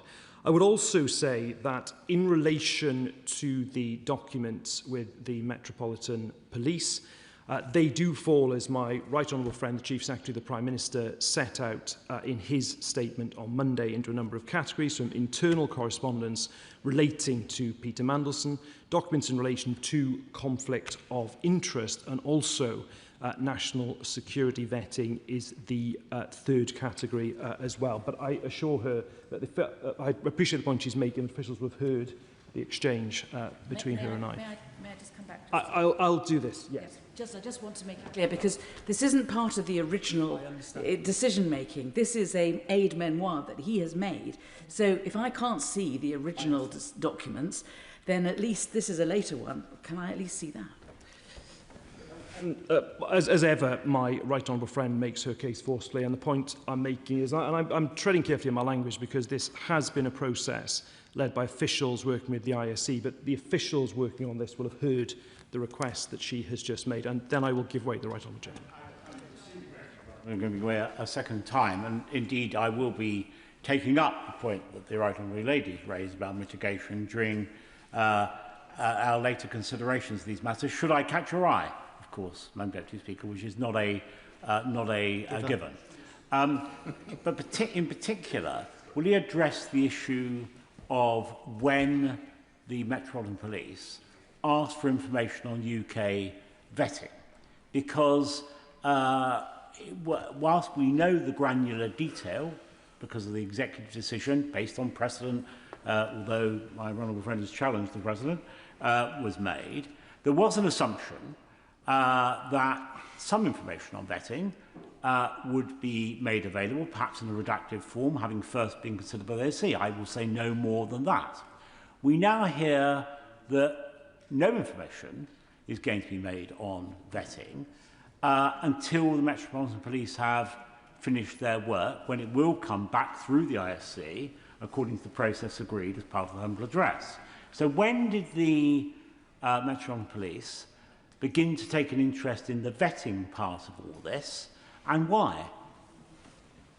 So, to the right on the gentleman's direct question, I haven't been part of the process giving precise dates as to when the Metropolitan Police said what, but I would just say this.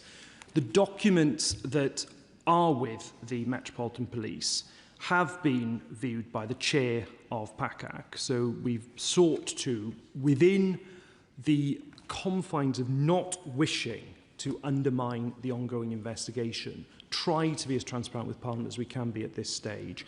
In addition, the summary document of the vetting has indeed been shared with the Intelligence and Security Committee. So to the extent that we have been able to share documents, we do. And indeed, the request I've had in the course of this debate from the Right Honourable Lady, the Chair of the Foreign Affairs Select Committee, will no doubt have been heard as well. Now, let me turn to the issue of redactions, which I have started to develop in some earlier answers to interventions. Now, I won't repeat what the Chief Secretary of the Prime Minister said on Monday, nor the methodological note, which is there for honourable and right honourable members to look at. But I do want to clarify some issues, so there is no doubt with regard to the process that was followed. As I've said, no material was redacted on grounds of prejudice to national security or international relations without the ISC's approval. And indeed, the redactions that were agreed with the ISC are all triple asterisks throughout the publication. So when you see that, that is material that was agreed to be redacted with the ISC. Now, to my point about precedent in relation to the earlier exchange with the Right Honourable Gentleman, they were limited to the names of junior officials, contact details like telephone numbers and email addresses, the personal or commercially sensitive data of third parties not relevant to the motion, and in some cases where there was legal professional privilege. And as I say, that's in line with the process that's now been followed by successive administrations in relation to the humble address motions. And again, they are clearly labelled in the publication. And just to reconfirm, no government minister or indeed special advisor has determined any of the redactions. That was done by the official-led process. I also will echo the comments by my right honourable friend made on Monday by thanking, I know he's not in his place now, but certainly thanking the honourable member for North Dorset, the chair of PACAC, for reviewing our approach to the third-party redactions and the material withheld so as not to prejudice the ongoing police investigations, to ensure that we are being transparent with Parliament as we should be. Now, let me just turn to that point specifically about the Metropolitan Police that I've been asked about by honourable members. All across the House will appreciate the need not to prejudice the investigation and understand that I'm unable to answer questions about certain documents that have been withheld. They include questions to Peter Mandelson by the Prime Minister's then Chief of Staff and Peter Mandelson's responses. The remaining documents, as I said a moment or two ago, fall broadly into the following categories: national security vetting material, conflict of interest process material, and relevant internal correspondence with Peter Mandelson. Such information will, of course, in due course be published either at the conclusion of the investigation or if there is a point at which publication would no longer be prejudicial to the police investigation. Now, Madam Deputy Speaker, on the 4th of February, the House made its will clear, and before I go further, I will, of course. It may be that I'm just lacking in imagination, but I don't understand why it would be that the police don't allow us to see the letter from the Foreign Office to Peter Mandelson saying you're given this job subject to not having anything to do with X, Y and Z, or whatever it is, whatever the mitigations were, because at the moment we just don't have anything at all, and so it's very difficult to understand why it was that he was appointed. And we're told that we need to wait for some time in the future. There is no date by which it will be disclosed, and at that stage all will become clear. It's as if the central point of this investigation and all these thousands of pages of investigation really don't amount to anything until we wait till the police eventually decide to give us these crucial documents. So I'm grateful for the further intervention from my right honourable friend, but of course it is quite rightly for the police, not for ministers, to determine the way in which they want their investigation to proceed, and indeed to identify documents that they feel are reasonable lines of inquiry. But just to give the House the reassurance, even with regard to that class of documents, they have been viewed by the chair of PACAC under obviously particular controlled circumstances. But that was because we at least wanted a level of transparency to Parliament that we could give at this stage, despite the ongoing investigation. Now, Madam Deputy Speaker, the Government has discharged its duty to the House in complying with the humble address motion, aside, as I say, from that small amount of information that will be subsequently published in a final tranche. Now, as members will have seen from the publication on Monday, I think it does comply with the spirit and the letter of the motion, and I think it is one of the largest ever layings of document ever published in this House. Now, members have had some time to consider the document, certainly since Monday. I'm grateful to my right honourable friend, the Leader of the House of Commons, for making further time to debate the issue today. I know that throughout the course of the debate, members will be conscious of not prejudicing the ongoing criminal investigation, and I'm grateful to the House for understanding the position the Government has taken and my position on answering questions on that. But I will, of course, now look forward to the debate before the House, and indeed my right honourable friend, the Chief Secretary to the Prime Minister, will close the debate and respond to points made during the course of it. And I commend the motion to the House. And I literally, Joe! I think I'll just. I thank the Minister for giving way. I was trying not to interrupt his flow. Until I did. Does the Minister agree with me that throughout these files there are mentions of Palantir and Peter Mandelson, including a memo where he is trying to introduce Peter Thiel to Number 10 staff, I think in June last year? Would he agree with me that, unlike what Mr. Louis Mosley has written to me today, suggesting that Peter Mandelson was not intervening with Palantir business with the government, that he still was doing so? I reject any suggestion that on Palantir contracts that's been renewed. I think there's one that was renewed by the Ministry of Defence, that there's any wrongdoing the way that he suggests. I'll reject that absolutely. But with regard to the meeting between the Prime Minister and Peter Thiel, that did not happen, just to be clear. Yep. I think we've set off a surge of more interventions. I will give way to the Right Honourable Lady, and I will finally give way to the Right Honourable Gentleman for Islington North, and then that's it. I was listening to the reassurances that he gave about the material that's been provided and the fact that this is all of the material bar that's been held back. Can I just ask for a further assurance from the Minister that if things do come to light that were not found I appreciate the significant trawls that have been done, if other things do come to light as correspondence that would fit the humble address, that he will follow up and ensure that those things are published as well as the stuff that has been held back because of the police investigations? We don't expect that to happen, but of course, if it did, we would consider it. I'll finally give way to the Right Honourable Gentleman. Giving way, he's been very generous with his time. Is he able to confirm or not whether Peter Mandelson had divested himself of all of his financial interests in companies, including peripheries or actuality of Palantir, whilst he was the ambassador in Washington?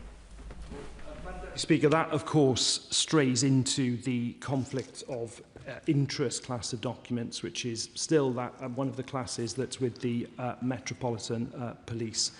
But could I just conclude again by saying that it's very important that the House has this debate today. I've certainly throughout this, from the debate in February to today, taken my duties and indeed the government's duties to the House very seriously, as has my right honourable friend, the Chief Secretary of the Prime Minister. I think it's his 11th appearance in the House on this matter today.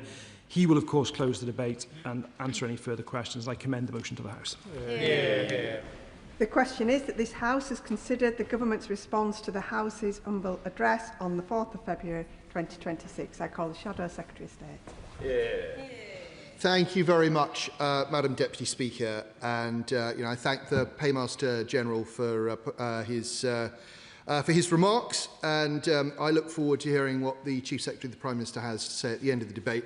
As we made clear earlier in the week, we're not entirely happy with the way that this has come together, just because in the way that these debates take place, it's not automatic that we will get to ask ministers questions if they decline to take interventions. I'm very encouraged by how the Paymaster General, though Hansard should know that he said that nobody could follow the member for Islington North. Shut down everyone else. But I know that the Chief Secretary of the Prime Minister will want to follow his good lead. And I hope that at the outset the Paymaster General will accept my sympathies on the loss of his mobile phone. I mean that genuinely. It's very unfortunate that it was stolen 5 days after the former Chief of Staff's mobile phone, Morgan McSweeney's. This, I believe, is an indication of how dangerous life is in Labour-run London, and I hope that those responsible for looking after the Met Police are listening to this genuinely, because a lot of us have friends and colleagues who've experienced the same thing, and it is a serious matter. The Paymaster General referred to his resurrection of the humble address as a political tool, and I hope that he's still proud of that achievement, that he doesn't rue it or regret it, and that he's enjoying being on the other end of it. And I remember this sort of coming up in one of those Brexit years, I forget exactly which one, because I was sort of reminded by it because he spoke about precedent and humble address. And the truth is, his humble address actually breached precedent in a very serious way, that it had been the case in Erskine May throughout the ages that humble addresses would not be used in order to take the opinions of law officers of the Crown and present them to the House. And this was specifically carved out, and yet his humble address struck right through it. So when we talk about precedent in humble addresses, we have to be very careful, and we have to be very clear that the instruction given by the House to the government is sacrosanct. It is more important than anything. And it is not for the government to redefine what the House has asked it to do. It is simply the government's job to comply in order to treat the House with respect, but also to avoid falling into contempt. And so I will say again that the idea that large classes of document, potentially large classes of document, should be retained and kept away from the House because the Metropolitan Police are using them may be desirable, but it should not be done automatically without the agreement of the House. If the government wishes to change the terms of the motion that was presented, it can come back to the House, and it can do that. And actually a dangerous precedent is set when the government decides that it will reinterpret what the House has said, because maybe this hasn't been convenient for the government, but it might be for a future government. So we must be very careful with precedent, and very careful with setting new precedent. I will happily give way to my right honourable friend. I'm extremely grateful. And the point he's making, I may say, Madam Deputy Speaker, is about the relationship between this House and the Executive, and more than that, the relationship between ministers and officials. It's time that this House asserted its authority in that respect, and the humble address was exactly that, the assertion of the House's authority, and ministers use their authority, given their appointment by the Crown, to insist on what officials do and don't do. And whilst it's right that this process has been driven at a logistical level by officials, in the end it's up to ministers and then this House to make a judgment about what's published, where and how. I'm very grateful to my right honourable friend for his interventions. He's absolutely right. I mean, you know, there is no higher authority than Parliament. And consequently, you know, the government should just bear that in mind when it's delivering, not just on this humble address, but any future humble address.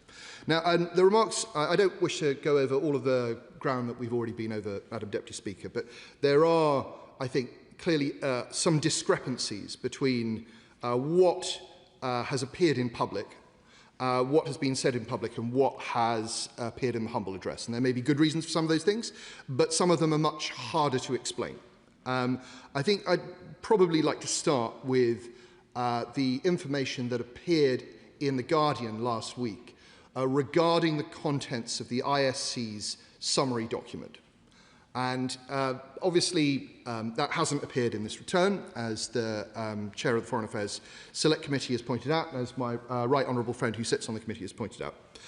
But you know, we now have a situation in which the readership of The Guardian has been privy to the information that that document contained concerns about Mandelson's relationships with at least 3 individuals, in fact 4 individuals. One was a Chinese minister, the other was Oleg Deripaska, the other was a former Israeli minister, and the 4th was an unnamed man with whom Mandelson is said to have had, and I quote, a relationship. So this information has come out of what, by the government's own definition, is a highly secure document, which we were previously told very few people had seen. Now, I would suggest that if this is so secure, first, that information should not have come out in any form, and second, given that it has, there really ought to be a leak inquiry. It really ought to be a leak inquiry, because this is nationally sensitive information. So I hope we can get confirmation later on from Chief Secretary to the Prime Minister that that's what's happening. I hear from across, but it would be good to have that formally on the record later on. Turning now to the central element that has featured in all of our debates, which is the Prime Minister's role and judgment in the process and appointment of Peter Mandelson. Obviously, the opposition had established after the first release of documents that the Prime Minister was shown a due diligence document in which he was told that Mandelson had maintained an unhealthy relationship